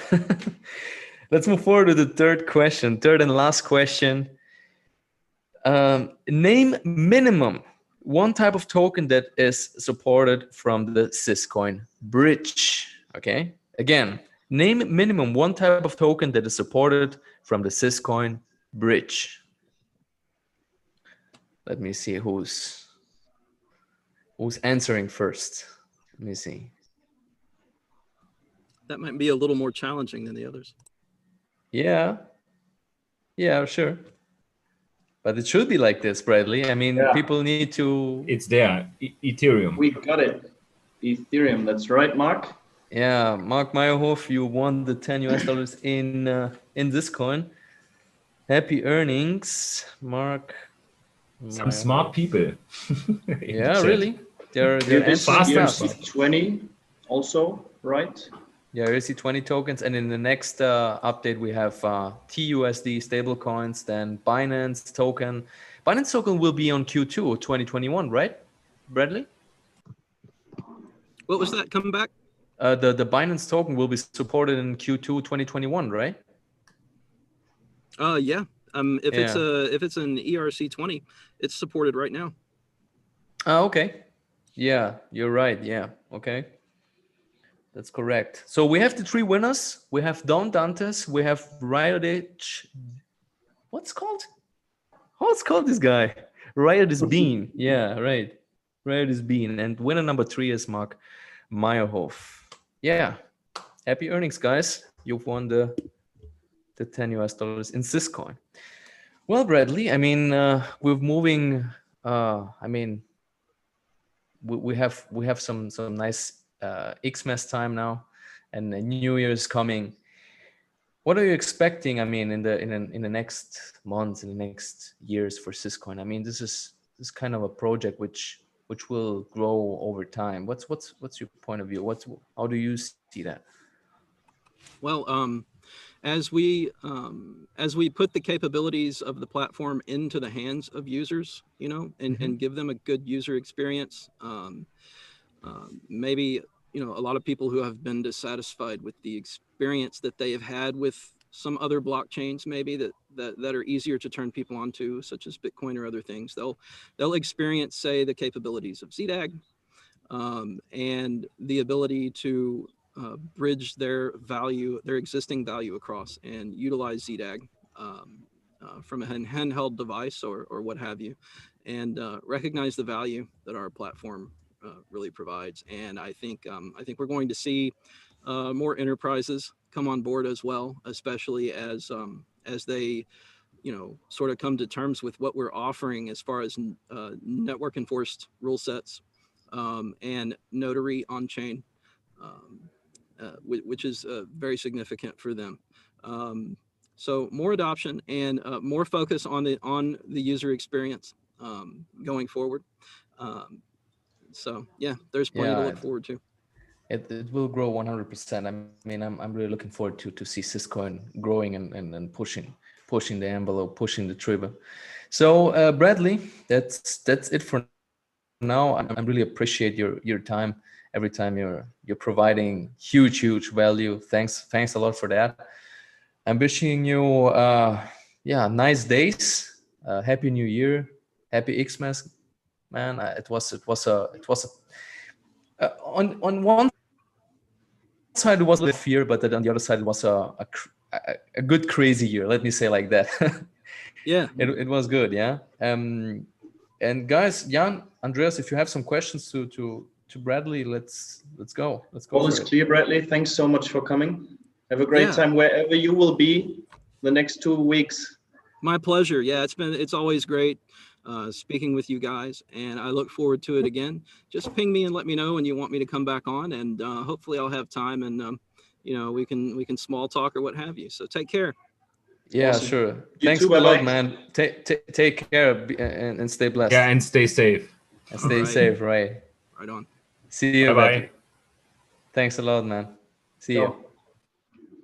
I mean, Luis. Nice location, by the way. So he's my favorite with the location today. So. Hey guys, normally I have Michael. He will join now in the next minutes. I mean, I don't know if we start now with Luis or we just start with Michael in the next minute, because I've sent him the link, right? So I don't know if it's better now to wait for Michael, and Luis will join. Michael, wait a second. You can join. Wait a second. Join. Okay, then you have to tell Louis now he has to go. No, Luis can stay. I mean, Mike is here now. Let's follow our schedule. Yeah, we have a little bit delay, Louis. That's the problem. So we take more time to talk to everybody. Wow, Mike, Merry Christmas. So we will talk now about Phore first, and then Louis, we will catch up with you, so you can listen. I don't know, get a drink, whatever you want to do. Yeah, I can rejoin in a moment, no problem. Okay. Oh, thanks, Louis. Thanks See a you lot. guys. Appreciate it. Hello, Michael. Hi, Michael. How are you doing, man? Thanks for being here. We can't hear you. I think my microphone was on mute. Hopefully you can hear me now. No. Now it's working. Oh. Right. Good to see all of you. I like all the Christmas hats. It's nice. Yeah, we're in our full mode of Christmas now. Christmas is coming, and yeah, we've had a chat with different type of people now, and now it's your turn. Mm-hmm. But we have like 15 minutes because Louis from Polis he's waiting as well. So let's jump right deep into it. And sounds good. Thanks Mike, for your time, Michael. I know it's really busy on the side of Phore at the moment, so it's a pleasure to welcome you here today. How was your Christmas or pre-Christmas season? I mean, a lot of things are happening. Have you managed to buy the Christmas gifts for the family at least? I have, yeah. It was a little bit of last minute shopping, but it's all supposed to arrive before Christmas, and most of it's already here for my immediate family. I have a few things for my extended family that'll probably be arriving on Christmas Eve, but I was able to get it in. Awesome. Yeah, it was a crazy year. I mean, so many restrictions and all that. How did you deal with the team in these situations? Was everything like normal, or? Yeah, for us, actually, it wasn't much different because we're all remote as it is. Everybody works from wherever they are. I've got people all over the world, really. I've got developers in Poland, China, Canada, United States. So, you know, we've been working virtually for years. So it really isn't much of a difference from that perspective. I mean, everybody's dealing with their own personal situations in terms of being able to go out and do things and get what they need. But I think everyone's doing pretty well. Everyone's still healthy. So we're doing pretty well. Cool. Awesome. Yeah, we certainly like have the one or another viewer today who has not made contact with Phore. So I would say we just start with your vision and the services and you know the service you offer from the Phore project. Would you give us an idea of what you guys are doing on a daily basis? Sure. So there's several different parts to the Phore effort. There is the native Phore cryptocurrency that's been around for a long time. It actually launched in 2017, but that was actually a relaunch of a previous coin. So it was an airdrop from a previous coin called Cryptcoin that was launched, I believe, in 2013. It was before I got involved, but it was relaunched as Phore in 2017. So we've been around a while. One of the applications that we developed was the Phore Marketplace, which is a place where you can do completely peer-to-peer buying and selling of items, both physical and digital, as well as trading cryptocurrencies. So there's a lot of different functions you can do with that. And that's a completely independent, it's not censorable. It's not something where anyone has to give you permission to use it. The only control we have over it is what we show in kind of our search engine. And that's just to make sure that if there was something really illegal or inappropriate, that we wouldn't be advertising something like that. But otherwise, it's completely open for anyone to use around the world. It's translated into a whole bunch of languages. So it's meant to be something that could be used globally at any local level to be able to have your own marketplace and not depend on credit cards or financial infrastructure or any sort of government control that might exist, because it's all peer-to-peer. Nobody collects all your data. It's just you exchange information with the person you're transacting with. So that's one of the key platforms that we're developing. And we'll be adding new applications and new functions to that all the time. We're going to be enhancing a lot of the cryptocurrency trading functions so that it's a little bit more like a real decentralized exchange. It's not really going to be competing with a centralized exchange like a Binance, because it's not meant to be like this high volume centralized architecture like that. But it's more where, you can trade specifically with another person. You can do it on your own terms. There's no KYC because there's no centralized platform. So it's really a completely independent sort of way of doing things like that. We're also looking at adding other types of functionality. We may put some social media sorts of applications together. I've thought about potentially doing something a lot like a Patreon type of site where you could have content that you would potentially, have people subscribe to and be able to pay with cryptocurrency. Again, with the same attributes of being something where no one can censor what you're doing. You can control your own community, those sorts of things. So we have a lot of plans for that in the future as well. And then Nice. Another thing we started on at the beginning was we wanted to have what we originally called side chains, where we wanted to have different types of blockchains that could be added on to the native Phore blockchain. But when we really got into the details of how that was going to work, we realized that it actually made a lot more sense to kind of start over and do a new blockchain that would be a lot more secure and would have a lot better of an architecture for that sort of thing. And so that really ended up becoming a completely separate project, and that's called Graphene. And we are nearing completion of a lot of the development for that. We're going through some of the final development and testing, and we're also getting ready to start doing airdrops to the Phore holders. So the way that's going to work is it'll actually be a separate project. So we'll have two separate cryptocurrency projects when we're done. But the people who own Phore, when we do these snapshots, would end up getting the Graphene coins. So it's really still a spin-off project. It's not going to be something where we do an ICO or anything like that. We've never done anything like that. So we're not considered a security and all those things.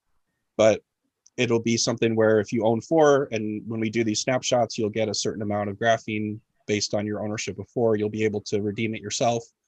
And then what we're going to do in the interim is we're actually going to make it an ERC20 token and do airdrops onto that ERC20 token for Graphene.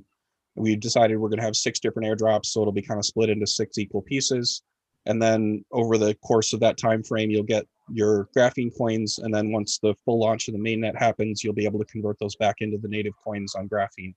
And Graphene is another reason we did it as a separate project, is that it's really kind of a completely different next generation type of blockchain where you can have all sorts of different types of blockchains, and there's a sharding architecture where they can all run simultaneously, and you can actually have a whole bunch of them, even of the same type, running simultaneously. So there's a lot more scalability there. We think we'll easily be able to get into hundreds of thousands of transactions per second, possibly even into the millions. I don't want to promise that until we actually test it and see exactly what it's capable of, but theoretically it should be able to do a lot. So I think that'll become something that really could be something that would be like more of a global platform that everyone can use all at the same time, and it would be able to scale to handle that type of load. But also the flexibility is actually the part that I'm most excited about, because you can have something like a Bitcoin style of blockchain where you can do fast, secure transfers and optimize shard blockchains for that. But then you can also have a smart contract blockchain like Ethereum where you can do the full smart contract functionality. You can issue tokens, you can do all the types of things you can do on Ethereum, but those aren't competing with the fast transfers like they would be on Ethereum. So you can have separate blockchains that'll be able to have just transfers where you can do those very quickly, but you can also have the smart contracts that are independent of that. And again, you can have multiples of those happening at once. And then you can also add other types of blockchains. So we might be able to add like a decentralized storage blockchain that's optimized for that use case. You might be able to have an identity blockchain or a privacy blockchain or a, really any type of blockchain you would think of. But the difference is when you write a blockchain, usually you have to do some of those trade-offs. You might say we need a bigger block size or a smaller block size, or we need a fast block time or a slow block time.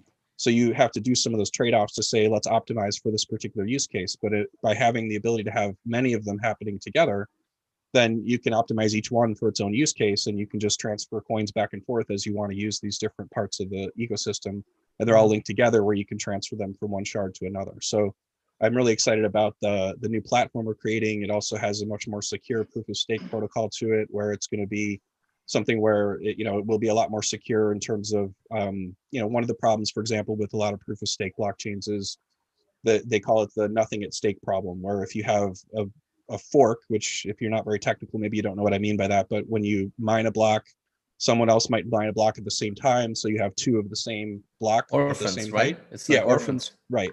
And so the current ones we have, including Phore, they can resolve that. I mean, they usually do resolve it within a few blocks, but one of the problems with that level of the protocol is you don't really have any disincentive to say, let's mine on top of each of those orphans.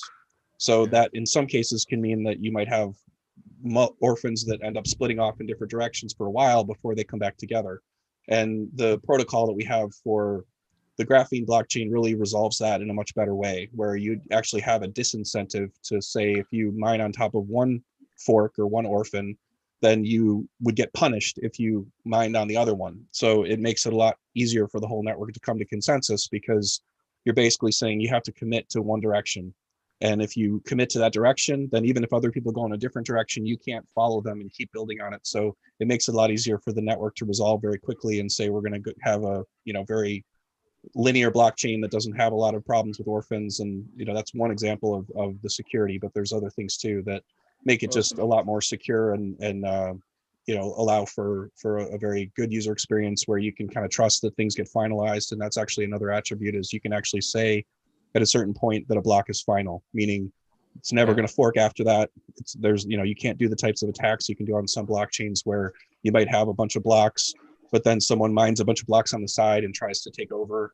That sort of thing, essentially after a certain point in time, would be impossible, because the network would have already said this is the final block for that one. So you can really count on it to say that transaction's final. We don't have any chance of it ever changing. And so for things even like retail, if you were going to use it to buy a Starbucks or something at a store, they can say, okay, after that certain point in time, which is relatively short usually, you can say that's final. I don't have to worry about holding on to something until I know whether it's final. It's fast. Exchanges would potentially benefit from that as well, because they have the same issue sometimes. If a blockchain has a forking problem, they potentially have to wait a certain number of things. That's why some have a certain number of confirmations they require before they'll let you actually use the funds. And so this would help with that, where they can say, okay, I know exactly when a deposit is final, and I can basically use that to say, now I know that I can let that person make their purchase or let that person start trading or whatever it might be. So there's a lot of better attributes about that we're really excited about. So a lot of things in your mind, full focus on Graphene now. What many don't know, like you have supported the Ethereum team back in 2019, right? So how did that come together? Like what did the collaboration look like? Well, so we do share some of the underlying libraries and protocols with Ethereum 2.0, which is the one they're still working on getting launched fully.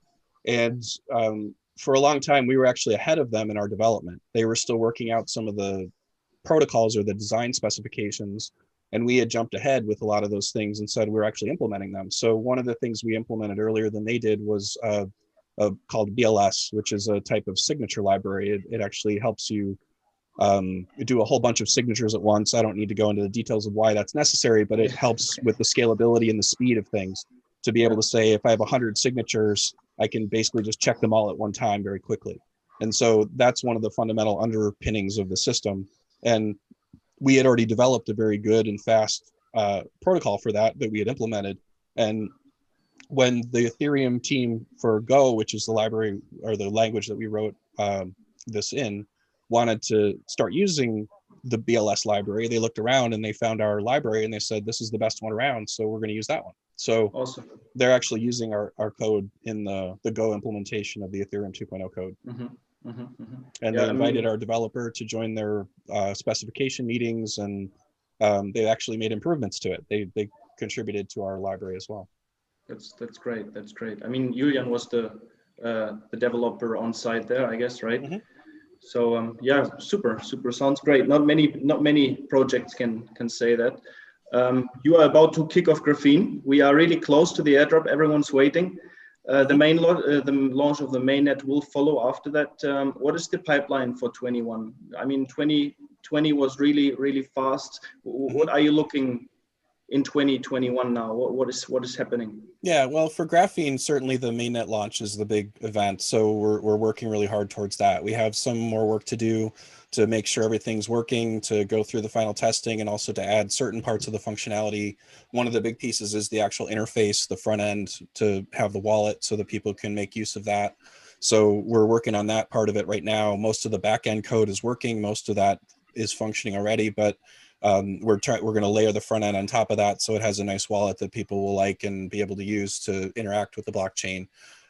We also need to just make it easy for people to set up the different parts of it. So one of the things that people can do when you normally would have a proof of stake network, you might want to stake some of your coins. So in the case of Graphene, the way you would do that is running what's called a validator, which is a little bit like a masternode in Phore, where you would run a node and you would have your collateral deposit, and then that would do a certain number of jobs for the network, and you would get rewarded for those things. So we want to make sure that it's very easy for people to set those up, and that it's, you know, able to be done in a user-friendly way, so you don't have to be super technical to be able to run those things. So those are some of the things we're working through as well. And you know, once we get the initial launch, then we'll start looking at some of those additional shard types to keep adding functionality to Graphene. So I think we're potentially going to be launching with just the transfer shard first, and then we'll be adding the smart contract shard soon after that. I have kind of gone back and forth of saying maybe we would actually include that in the initial launch, but I think we may end up just doing the transfer shard first and then having another release for the smart contract functionality. And then we'll be adding a lot more things to it from there. You know, we've been thinking about potentially integrating it with things like MetaMask for smart contracts, which is how a lot of people use dApps on Ethereum. So we may end up having the same sort of access for Graphene, so you can use the same sort of tool to access and use dApps on our blockchain. We want it to be compatible as much as possible so that people could implement similar smart contracts on our platform that are on other smart contract platforms. And so we're looking at a lot of other types of integrations as well. And then as I mentioned before, we're also still going to be actively developing a lot of things on the Phore blockchain, as well as the Phore marketplace. So we're going to be looking at, from the marketplace perspective, first looking at certain user experience improvements. That's what we're looking at now. We're going to be adding other currencies to it for cryptocurrency trading. So Ethereum is going to be one of the next ones we add. And then we're looking at Redcoin after that. That's a partnership we had made early on that we agreed that we would support Redcoin, which is another kind of older blockchain that's been around a long time, but we like to support some of the, you know, the OG type blockchains as well. I think certain networks tend to focus just on the top market cap coins, and we have as well. Like, we have Bitcoin supported on the marketplace already. We're adding Ethereum, but I think after that, we're going to start looking at some of the other types of projects that may not get as much attention on some of the, you know, major platforms, because I think it's a niche we want to be able to serve the entire cryptocurrency community, to be able to have those types of functions available to a lot of different projects. And then from there, we will start looking at additional improvements to the trading function, so that it'll look and feel and act a lot more like a decentralized exchange. So it'll be a little more intuitive for people to use. And from there, we'll look at some of these other functions, like maybe, like I said, some of these social media and other types of applications that we can add to it. And then we'll be looking at the Phore blockchain as well, just continually updating that. You know, we've done a lot of work to it over the years. We implemented SegWit. We've made a lot of changes to it over the time. I think one of the things we'll actually be getting rid of is ZeroCoin. There were some flaws with that, and that originally came from Pivx. They ended up getting rid of it. They're working on a replacement for it. We'll look at that in the future and see if we want to add that. But for now, we're going to be updating a lot of things to make sure it works on all the latest operating systems, and make sure that it has all the functionality people need. And then we'll be continually adding improvements to that in terms of new features as well. That'll be more focused on that marketplace type of functionality, though. So the types of features we would add would be the ones that would benefit people that would be using that sort of platform. Awesome. So step by step to your whole ecosystem, right? I mean, you're building things on top. It's great. I like your project really much. I would say this was a lot of information. We have to tell the people, or get them, the 3 questions we have. I hope everyone is listening really good. Emanuele, you wanna read them out, or? Yeah, if you want to do the questions, no problem. We have 3 questions actually. That for each right questions, you will receive $10 in Phore. So Jan, if you want to read the questions, and be eligible for the airdrop. Yes, sure. So the first question, guys, would be, under what name was Graphene previously known? Under what name was Graphene previously known? Tricky question, huh, guys? We didn't talk about it in detail, so we'll see how much people are ready for the $10 in Phore. Let me see. We have a little delay here, 15 seconds, like just 10 or 15 seconds. But there's this. Okay, great. Michael, we have it. Got it. It is Synapse. Yes, that's correct. Please drop us your wallet ID. Yeah, Emanuele Mike will open his pockets today. Yeah. Okay. Second question, man. Let's move forward. The second question. What is the ratio of the Phore to graphene in the airdrop? So what is the ratio of Phore to graphene in the upcoming airdrop? Let's see what the people are responding now. Phore to graphene, right? So yeah, Phore to graphene. What is the ratio of the airdrop?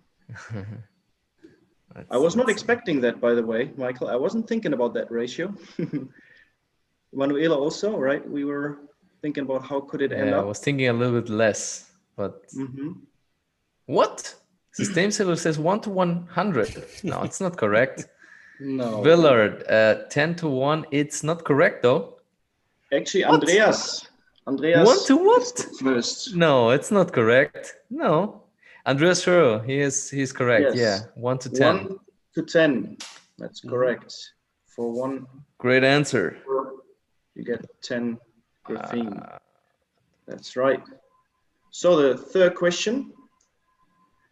This is stated at the moment on the website. So how many transactions per second will graphene be capable of in the future? So we can't, as Michael told us today, we can't really specify it right now, but what we read from the official statements of the team, how many transactions per second are we capable of?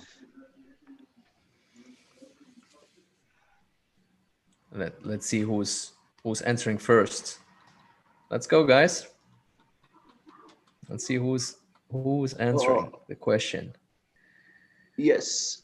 Yeah, he's right. Richie's Marcin. right.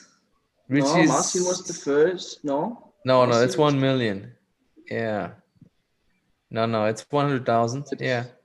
It's correct, Mike? It's the statement correct? 100,000? Yes. So Richie too. Yeah, there was 1-0 too much. I do think we will end up exceeding that, but again, in terms of promises, we like to make sure we can deliver and over-deliver on our promises. So I'm hoping we'll get a lot higher than that. Yeah, sure. But let's go first for the 100,000. So we have the 3 winners. Winner number 1 is Michael Olenek. Winner number 2 is Andreas Schröer, and winner number 3 is Richie Chu. Good, guys. You've won the $10 in Phore. Well, Michael, I mean, if we see the last thing what I have in my mind, I mean, if we just see the year-to-date from Phore, right? How was Phore performing in the last 12 months? So Phore started it was like $8 or $9 at the beginning of the year 2020.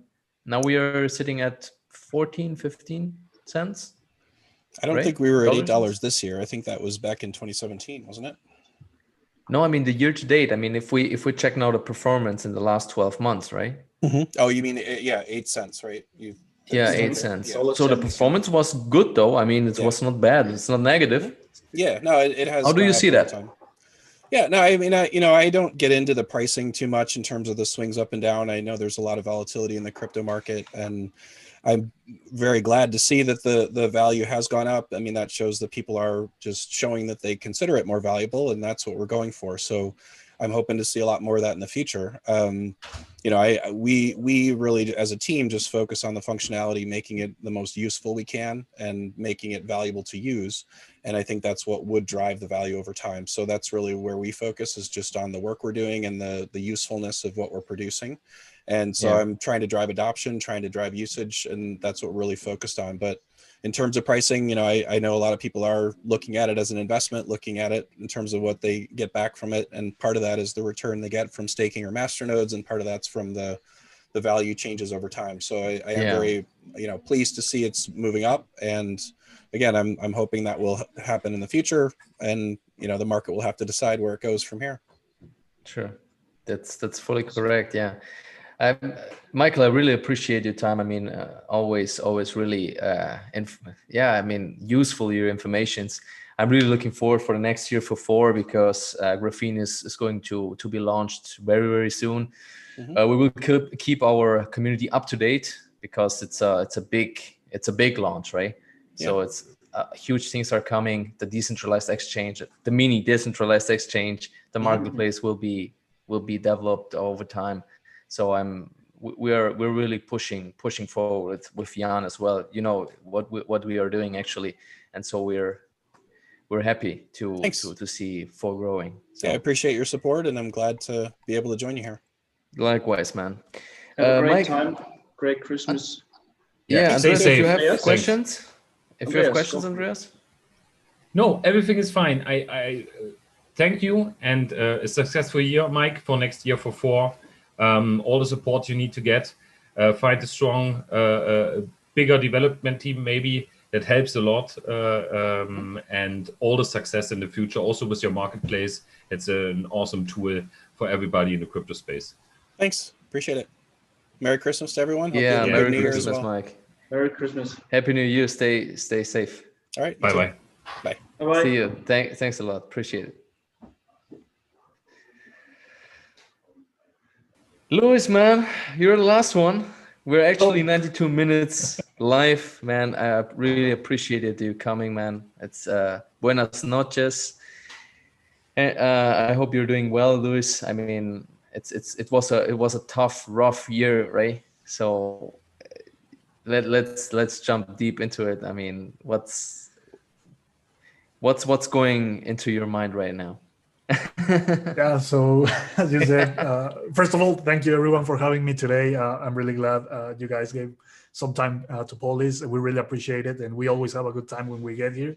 So yeah, you know, it's been a crazy year. It's been crazy for everyone in a lot of senses, a lot of areas. For Polis, it was no different. We like to think that Polis, even though it was a crazy year, it had a lot of development. We made a lot of stuff this year. I'm just happy of how the year is ending for the project. We have a very great projection for next year with Olympus coming and so on. And yeah, I'm just excited. I'm thankful that this year is finally coming to an end. And yeah, yeah, I mean, I think we all are. And yeah, definitely excited for what's to come and for a lot of things to happen.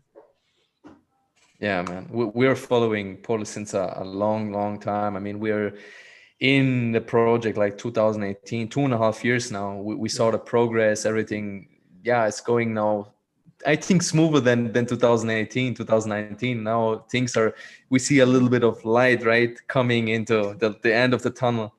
So I really appreciate that you are here. Maybe Andreas can start maybe with the questions, make a small recap what happened the whole year and what's coming next, right? Because we're before the Olympus launch, right? It's something really innovative. It's something really that the Masternode niche didn't saw it before, because it did, like Dash did it, Pivix did it, and now you come with Olympus, right? You're the third project that is doing such a ridiculous change. I mean, in a positive way, right? A big change. So maybe go ahead and you can explain what happened in the last months. Yeah, for sure. So essentially, starting from, I believe it was either late 2018 or the beginning of 2019, we started designing Olympus. We know that one of the key points of the Polis project has been always its governance, right? Its ability to fund community proposals, to make Polis and the crypto community in general grow by impulsing and by having the community actively participating in the governance and the decisions that are taken on the Polis chain. So we started looking at that. We started thinking, hey, how can we improve this? And we came with the idea that maybe the governance system that we carried from the Dash code, because we essentially in 2017 were a fork from them, that maybe we needed to kind of reevaluate some aspects of the governance and make it a little bit more functional for what we want it to be, right? So yeah, we started designing it. What we came up with was a kind of a new governance system that has kind of in-chain governance mechanisms for voting cycles, for electing 5 DAO managers. So this is a decentralized autonomous organization, and each of them has a specific tasks. So this position is filled every 6 months by 5 people, and the community has the ability to elect them essentially through voting on the chain. They can also remove them if they are not not satisfied with the work of the managers. And yeah, so we started designing these voting and reporting cycles, and this is finally coming to an end because we have kind of finished the development for the initial release of Olympus. So practically the code has entered the audition phase. And we are expecting like really soon the results of the audit. We might need to fix a little, some minor stuff here and there. Some security concerns may arise, and we will have to take care of them. But essentially, the code is finished, and we are waiting to launch it next year. Just testing. Yeah. Essentially, until the last everything 2 months. is done. Yeah, essentially the last 2 months have been testing on test nets. There's been a lot of work being done into that sort of testing, but yeah, you can never do enough testing, right? So we are confident that Olympus will be a great thing, and it's coming Q1 of next year.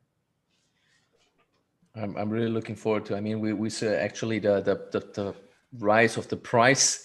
Yeah. And price is rising, and it's good for the investors, but actually the technical side needs to be done in order to grow right in the next years, because the crypto space is evolving, and now we need to make the next step. So Polis is going to the right direction. I'm really looking forward to see Polis performing next year. So it's a coin that we always supported during the years. It doesn't matter in which stage you were, but we always saw the potential. So it's nice to see what Polis is doing. Andreas, I mean, go ahead, man. You're just silent here. Yeah, I have no time to talk. Luis Come on, man. I'm the best person to force Luis to answer the best questions ever. Yeah. So and basically with my Christmas hat, he's maybe really careful about the questions. So. Luis, nice to have you here. I know we are in contact almost every day in the last 5 months, maybe more time than I have with my wife. So from your point of view, what is the basically unique thing?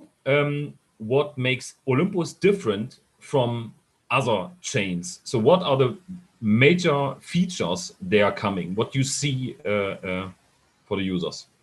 Yeah, so essentially, I would say the governance system is the key feature, right? It's our flagship feature. We really believe this is something that really differentiates us from any other project in the market right now.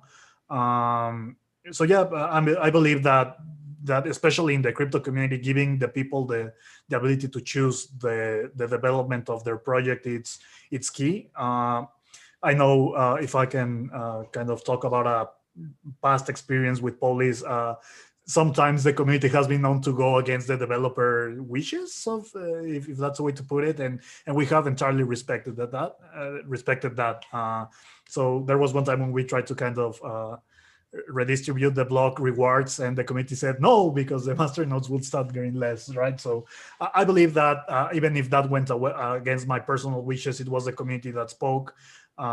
They have the right to decide what happens on their blockchain, and yeah, I believe that the governance system is kind of a key step towards reaching an kind of this state of freedom and choice in the crypto ecosystem. If I had to add a little bit of more stuff, I would start talking about the validator system. We take a lot of inspiration from the Ethereum 2.0 chain, but we do a couple of things differently, especially regarding the validation slashing system and so on. So I believe that's unique. Not necessarily that it's better. That I think that's still to be seen. And I think the good thing that we can say about Olympus is that's being built upon kind of very new technology. So it's thought out to last for a long time, to be easily kind of worked on by developers, so that anyone can join and start creating stuff with Olympus. So I would say that those are the key features of Olympus, that especially the governance, the validator system, and also that it's being built to be easy for everyone to adopt, whether it's developers, merchants, or or regular people that want to set up a validator node. We're trying to make it as easy as possible for everyone. And from the experience that we have had with the testnet, a lot of users have been saying stuff like, "This is the easiest node that I have had to set up in my life." So I think that's kind of great feedback that we were looking for. And yeah, so I'm very excited for those three things. Yeah. Okay. So if somebody wants to know more about the governance, because most of the people, they think it's something like similar to Dash, there's on the website the manifesto in, I guess 5 or 6 different languages. Take a look into it. It's more like a decentralized democratic system. What is now a good move for the future, I guess. In the current times, transparency is maybe the key in the future. So that's a completely innovation. What are your personal plans for next year with Polis? I know you had a lot of changes in the team because the DAO was added and elected, so the team was almost doubling in this time. You need a break maybe for vacation because it was 24 hours working even at the weekends. I can prove this. So what is your private plan next year with Polis? So what are your dreams or expectations for Polis next year? Yeah, well, for sure. I haven't thinking quite a bit on this, but I would say that the first thing I would like to see Polis is having a lot of merchant adoption. I believe that this is key for crypto projects to get. I mean, you can have the best technology in the world, but if people are not using to pay for the things that matter to them, that's something that I believe that kind of slows down the development of a lot of great projects. So yeah, I think that's a great a main focus for the Polis project starting next year. I would also think that bringing Polis to the masses. So this will involve like listing on better exchanges that allow the Polis to reach like a wider crowd. It's also that's something pretty high up on the list. And of course, as a technology guy myself, I'm also excited and I'm really kind of hoping that the technology that we want to implement on top of Olympus comes really fast. So we have a plan of adding something like like Ethereum ERC20 tokens in top of Olympus. So we have a kind of our own virtual machine on the top of Olympus, and it will bring some key features that I don't think I can talk right now, but in contrast to Ethereum, that will make it a little better, hopefully. So yeah, we are excited because we have been already starting to play with the code, and we can only get excited for the possibilities we see, especially entering next year. Okay, there's some other questions. Jan, Emanuele, otherwise we move to some questions. Yeah, so, I mean, for now, it's. I mean, you guys have a lot to do, right? You need to first test the code, test and retest, right? It cannot be missed something in a code. Yeah. Because if it's missed something or it's such a small mistake can cost us a lot, right? So it's better that you take your time and test it and move forward when it's finished. Mm-hmm. So, but for now, I think things are going smooth. PolisPay is working. Gift cards, the only thing that I experienced was with Amazon gift cards, but I think you guys will fix it or just fix it. I don't know. I'm not sure about that, but I'm pretty sure you will do it. But as far as I know, the gift cards are working. It's smoother than the versions before, so you guys can check it out. I mean, Polis has a Telegram channel, has a Twitter channel. I mean, Luis, you know it better than me. Yes, for sure. We are always working to make everything better. We are aware of some issues, but hopefully those are solved now. And yeah, we will be happy to receive anyone that wants to join our Telegram or our Discord or our social media. Yeah, you're welcome always. Sure. There is a question from Don Dantes. How long will the audit last? Oh, so essentially it started like almost a month ago. It's expected to end these days. So I don't want to say today, but maybe it will end today. We're targeting the first half of this week for it to be ready. We should be receiving the results really any moment now. So yeah, after that, we will evaluate the work that needs to be done on the chain, and we will start kind of providing a more specific forecast for when to expect the Olympus mainnet release. Yeah, sounds great. I mean, we need you guys oftentimes in our chats and our live sessions. Maybe we will invite you in the next 4 weeks when Olympus will be launched, right? So I think it's a good good timing. So yeah, let's do that. I will contact you, Luis. No problem at all. So let's do it. Then let's move to the questions, huh? Yeah, I think we should make a little break because we have 3 questions actually. Jan, do you want to do the questions, or should I do as you wish? Go for it. Okay.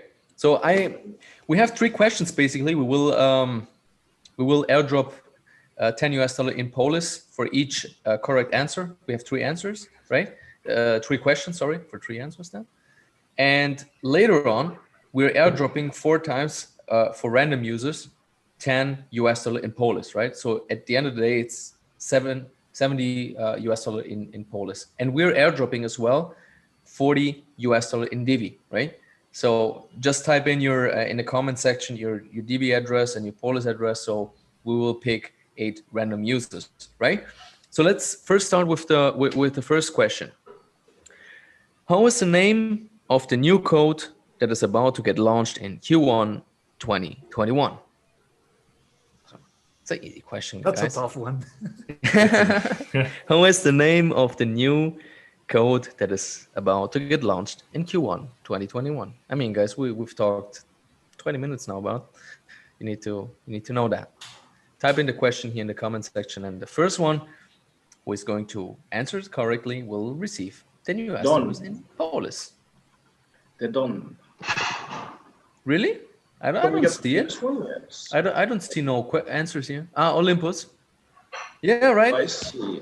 Don Dantes, you won the $10 in Polis. Happy earnings. I will. Yeah, you've won before. That's nice. Don Dantes, nice. Good one.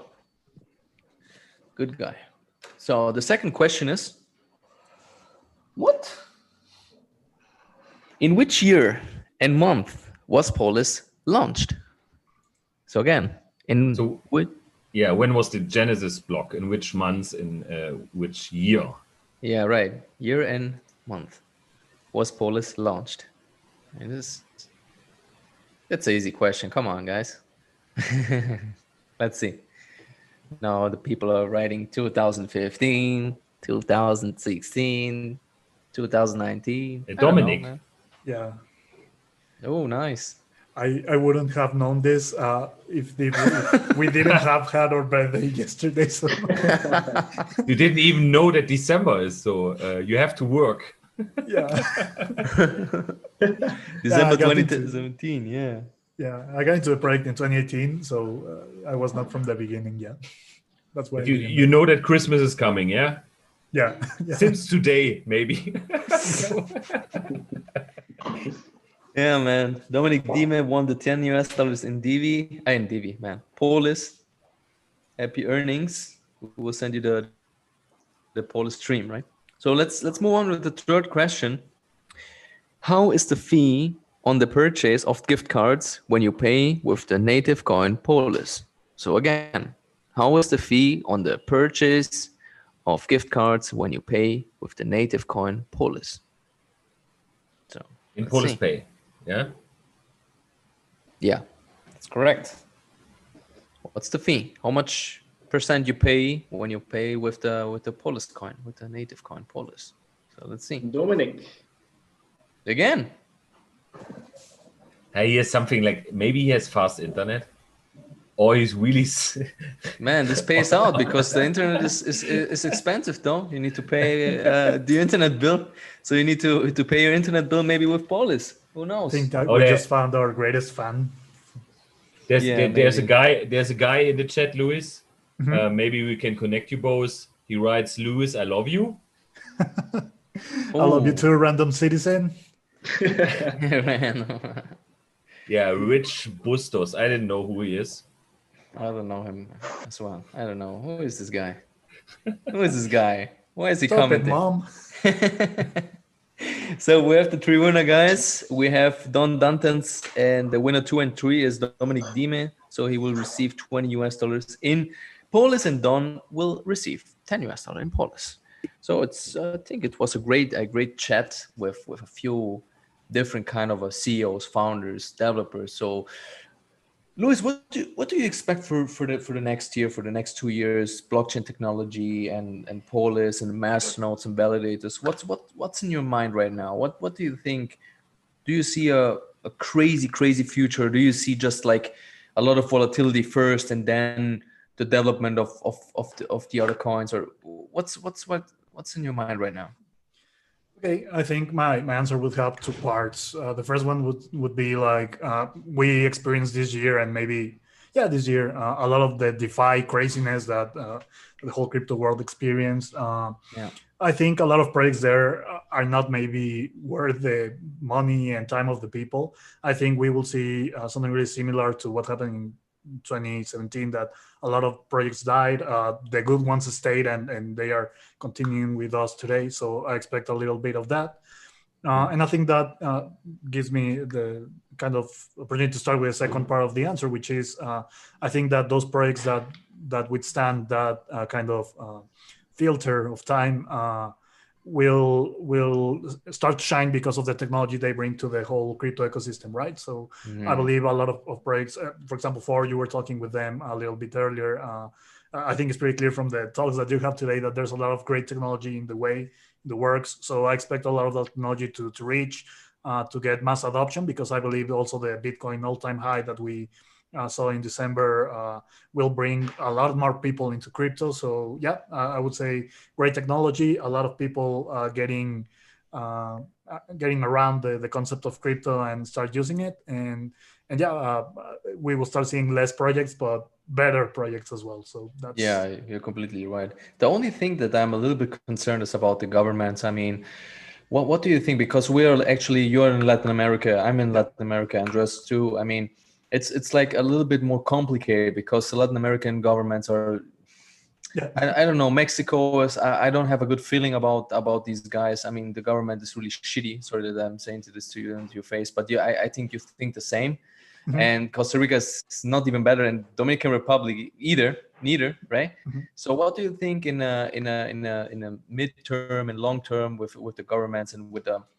Do you think it will be just like a fight, or do you think that governments will be just like say, okay, we'll implement blockchain technology as well? What do you think about that? I mean, it's an interesting point of view. Yes, So I think my perspective it's a little bit biased in the sense that I live, as you said, in Latin America, where we have kind of I mean, in the whole world there's corrupt politicians and so on, right? But I feel like here in Latin America it's easier to tolerate them. I don't know. I think it's the panorama is a little bit kind of against crypto. I don't think especially Mexico will start making like great steps in legislation or kind of guaranteeing the privacy and freedom of the crypto world. So I think it's a tough battle. I think crypto will eventually win. I think the time will force everyone to kind of move into this. So I'm not sure the next 2 years will be enough for that to happen. Speaking for Latin America, maybe some parts will, most certainly most of them won't. But I think eventually, if we talk in the long term, 10 years, it's plenty of time for crypto to be integrated into every kind of area of human life in Latin America, and of course in the whole world. Yeah, it's a good point of view. I mean, I like how you think, and we support it. Yeah, I think for now, I mean, we've talked a lot. I mean, 2 hours now. Jan, if you have questions, Andreas, go ahead, man. You guys can ask questions. I'm done. It's hot. It's hot. And here and this and So I guess we finished this year. Thanks for Luis. We will have a short discussion in German afterwards. And all the best for your team. What can I say? Of course. And I guess there comes a great year next year with their own blockchain and with a huge team and transparent governments is it's a great feature. Yeah, so you can be really fast unemployed, let's say, in 24 hours, I guess. So this is a high risk for a team, but it's 100% transparency. Yeah. Right. So thank you for having me. Stay safe and have a great Christmas and holidays. Yeah, you too. Likewise. Same to you, mate. I really appreciate your time. I really appreciate that you come over here. I mean, let's see what you guys bring the next year. We will invite you as soon as Olympus will kick off. So let's move forward, man. We're here. We're pushing the German community and etc. here as well in Latin America. We do our best. So looking forward for that. Yeah, it man. Seems like the people love you. The people love Polis. So everything is good on this side. Yeah. Yeah. We're saying goodbye. Yeah, get a note on Tinder. The peoples love me. Love me. Yeah. I don't think that will make a lot of difference, but yeah, I can try for sure. Yeah, Luis, stay safe, right? Take care. Stay safe. Okay. Perfect. See you guys. Bye. Yeah, you too. See you soon.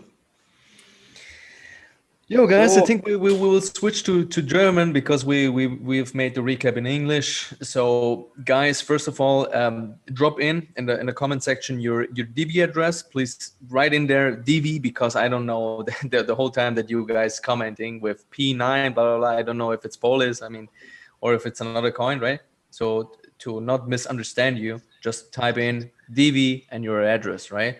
So we will pick 4 random users for Divi. Each one will win $10 and we will pick 4 random users that will win each $10 in Polis, right? So I think we're done in English now. I wish you the best. A happy Xmas and happy New Year, guys. If we don't see us in the next days. And Andreas, Jan. Thank you for the English community that you are always joining here. It's a pleasure to have an international community as well. We have to switch sometimes from German into English. So maybe it's good for all the English viewers to learn a little bit German. So if you like us and you want to see us next Christmas time again, and for all the Germans, teach yourself a little bit more in English. It's never bad to learn something new. Yeah, so then have a great Christmas time to the English folks, and nice slide in the new year. And now we speak in German. So jetzt ist Schluss. Jetzt aber. Ja, wird Zeit. Oh. Ja, wir haben interessante Gäste da gehabt. Ja, das ist eine coole Show auf jeden Fall. Ja, also wir sind ziemlich flexibel. Ja, jedes Mal Deutsch, Englisch, wir switchen um. Wir machen jetzt mal kurz ein Recap, was so passiert ist, weil wir hatten jetzt, Alex habt ihr ja verstanden soweit. Wir haben Phore am Start gehabt, wir haben Syscoin am Start gehabt. Ich denke, Bitgreen hat man auch verstanden? Ja. Denke ich, auf Deutsch. Bitgreen, den Dennis hat man auch verstanden. Den Dennis haben wir auch noch verstanden, ja. Der redet noch kein Chinesisch. Aber ansonsten, ja, wir können da kurz, wenn ihr wollt, können wir einen Recap machen zu Syscoin. Ich weiß nicht, ob ihr da alles verstanden habt. Ansonsten, da tut sich ja einiges bei Syscoin. Die haben jetzt da die Migration auf 4.2, das mit dem Compliance, also dass die Companies sich da, die Regelsätze sich da sofort anpassen können, dass die dann eben keine Probleme haben.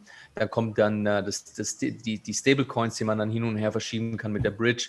Also Syscoin hat extrem viel vor fürs nächste Jahr. Die haben auch starke Partnerschaften noch mit dem Binance Token.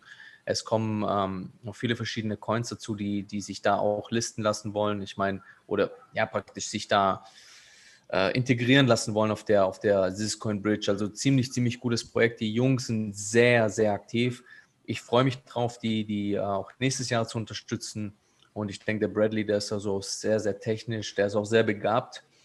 Andi und Jan, ich weiß nicht, wie ihr so Syscoin seht, aber ich denke, Syscoin ist eins der stärksten Coins da draußen, meines Erachtens, was Development angeht, ja, was Entwicklung angeht im Masternode-Bereich.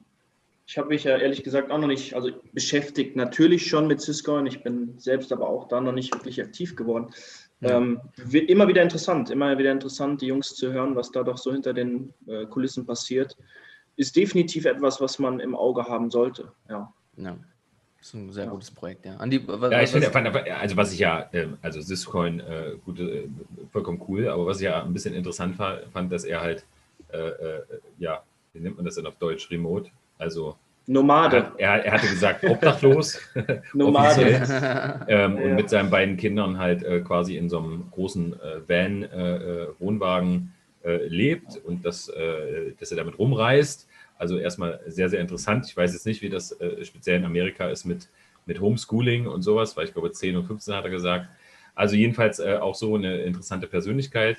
Finde ich immer, wenn Leute so ein bisschen was auch von sich zeigen, schafft das natürlich auch Vertrauen und der ist ja schon lange dabei.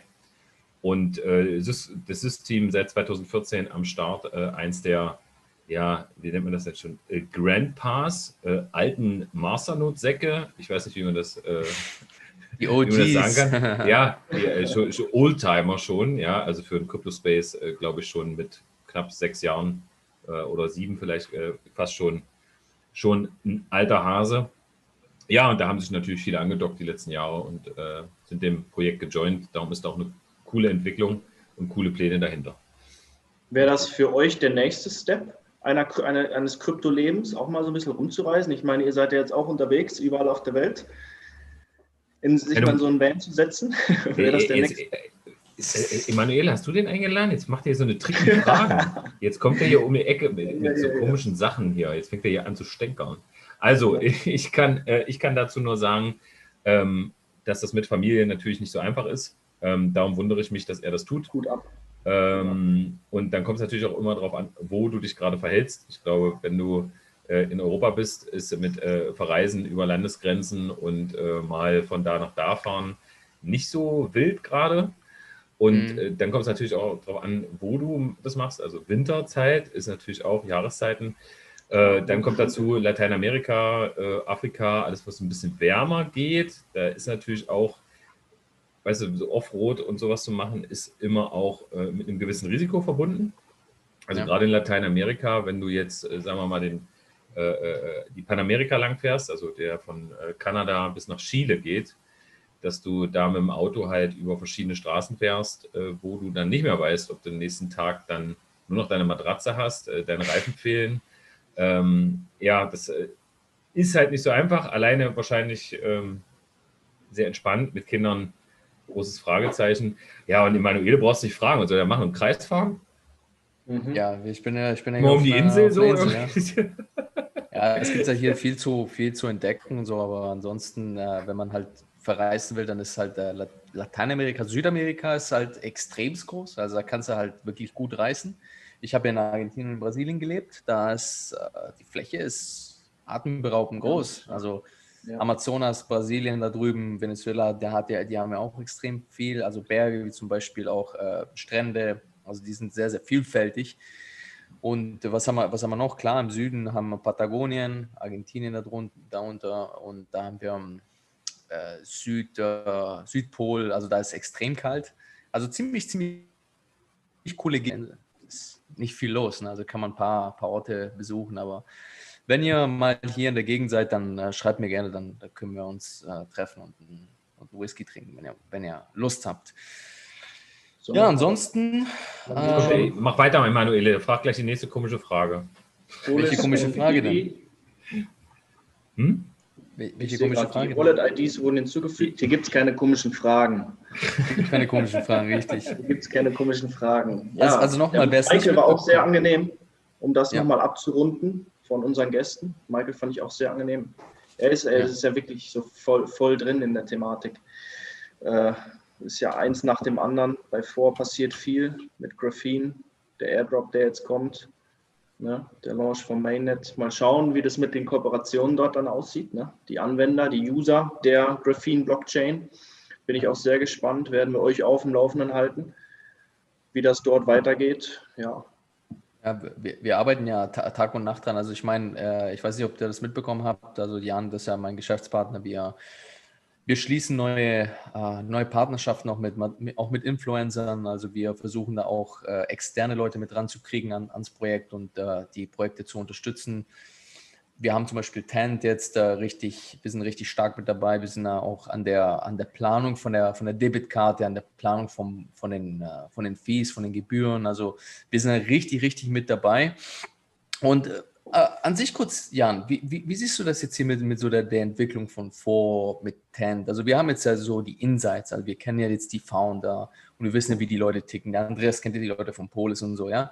Da hast du dann natürlich bessere Einblicke, da kannst du es besser fühlen, ja. Wie siehst du das wirklich? Mhm.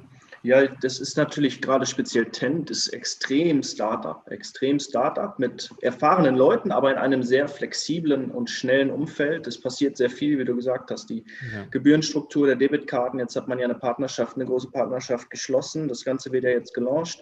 Die Testkarten haben wir ja beide auch ausprobiert. Wo habe ich die? Hat alles super funktioniert. Ja, meine liegt jetzt im Portemonnaie. Ich habe meine nicht da, ich habe die drüben. Ja. Du hast sie sogar eher gehabt als ich hier in Europa. Ja, aber es kommt jetzt eins zum anderen bei Tent. Es macht sehr Spaß zu sehen, wie agil wie die Jungs sind und wie sie auch sagen, wir bringen jetzt einige Services und wir bringen den Service nur, wenn es auch 100%ig funktioniert. Also da ist der Wille da, wirklich was Gutes auf die Beine zu stellen. Da ist auch von der Marketingseite aus jetzt gar nicht mal so der Druck gerade da, sondern die sagen einfach, wir stellen da jetzt einen Service auf die Beine. Wir möchten, dass die Leute mit unserem Produkt zahlen können. Und bevor das nicht alles funktioniert, launchen wir da auch gar nichts oder gehen auch nicht in große Werbestrategien und Marketing-Sachen rein. Und ich denke, das ist einfach gut überlegt, Step by Step was aufzubauen. Vor Michael ist ja sowieso eine Legende. Also ich finde den schon sehr durchstrukturiert. Der weiß, wie er es macht. Es ist auch so ein bisschen, was du gesagt hast, Andreas, so der ein oder andere Dev könnte nicht schaden. Ja, aber gut, sie haben viel zu tun, sie machen die Arbeit jetzt. Ich denke mal, alle Projekte sind in einer spannenden Phase und da kann sehr viel passieren. Also lockst halt natürlich Developer mit einer Infrastruktur. Also wenn du eine Plattform denen gibst und sie haben Interesse da vielleicht mal ein bisschen rumzuspielen und mal ein bisschen rumzutesten, dann kriegst du den einen oder anderen. Ansonsten ist halt sehr schwer, dass die einfach kommen. So kommt ja keiner an deiner Tür. Also ich habe das selten, dass hier einer klingelt und sagt, you know what? Ja, also das ist schon nicht einfach und die ganzen Blockchain-Krypto-Projekte, Blockchain ist ja nun auch nichts, was du quasi irgendwie studieren kannst oder schulen kannst. Du musst es halt lernen, die verschiedenen Programmiersprachen. Darum ist es auch für viele einfacher. Ich glaube, das hatte der Dennis vorhin gesagt und auch bei Olympus wird das der Fall sein.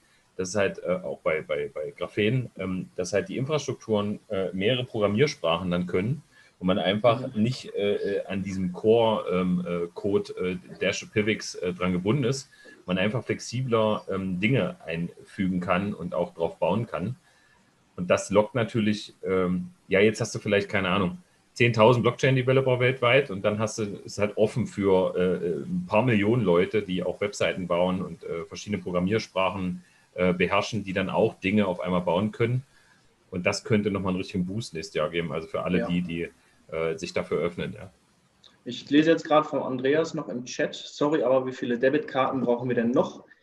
Wir schicken oder wir informieren ja unsere Community recht häufig über die Neuigkeiten. Ich meine, so eine Non-Custodial gibt es noch nicht. Also da ist Tent der Vorreiter. Ja, du hast deine eigenen Keys, du hast deine eigenen Coins.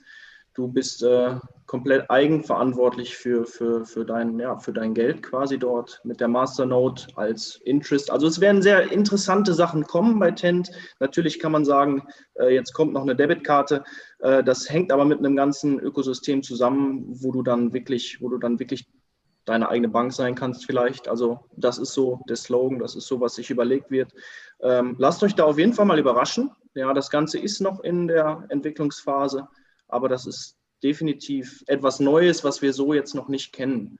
Und viel Arbeit ist dabei, aber ja, es wird sich lohnen, definitiv. Ja, es wird sich definitiv lohnen.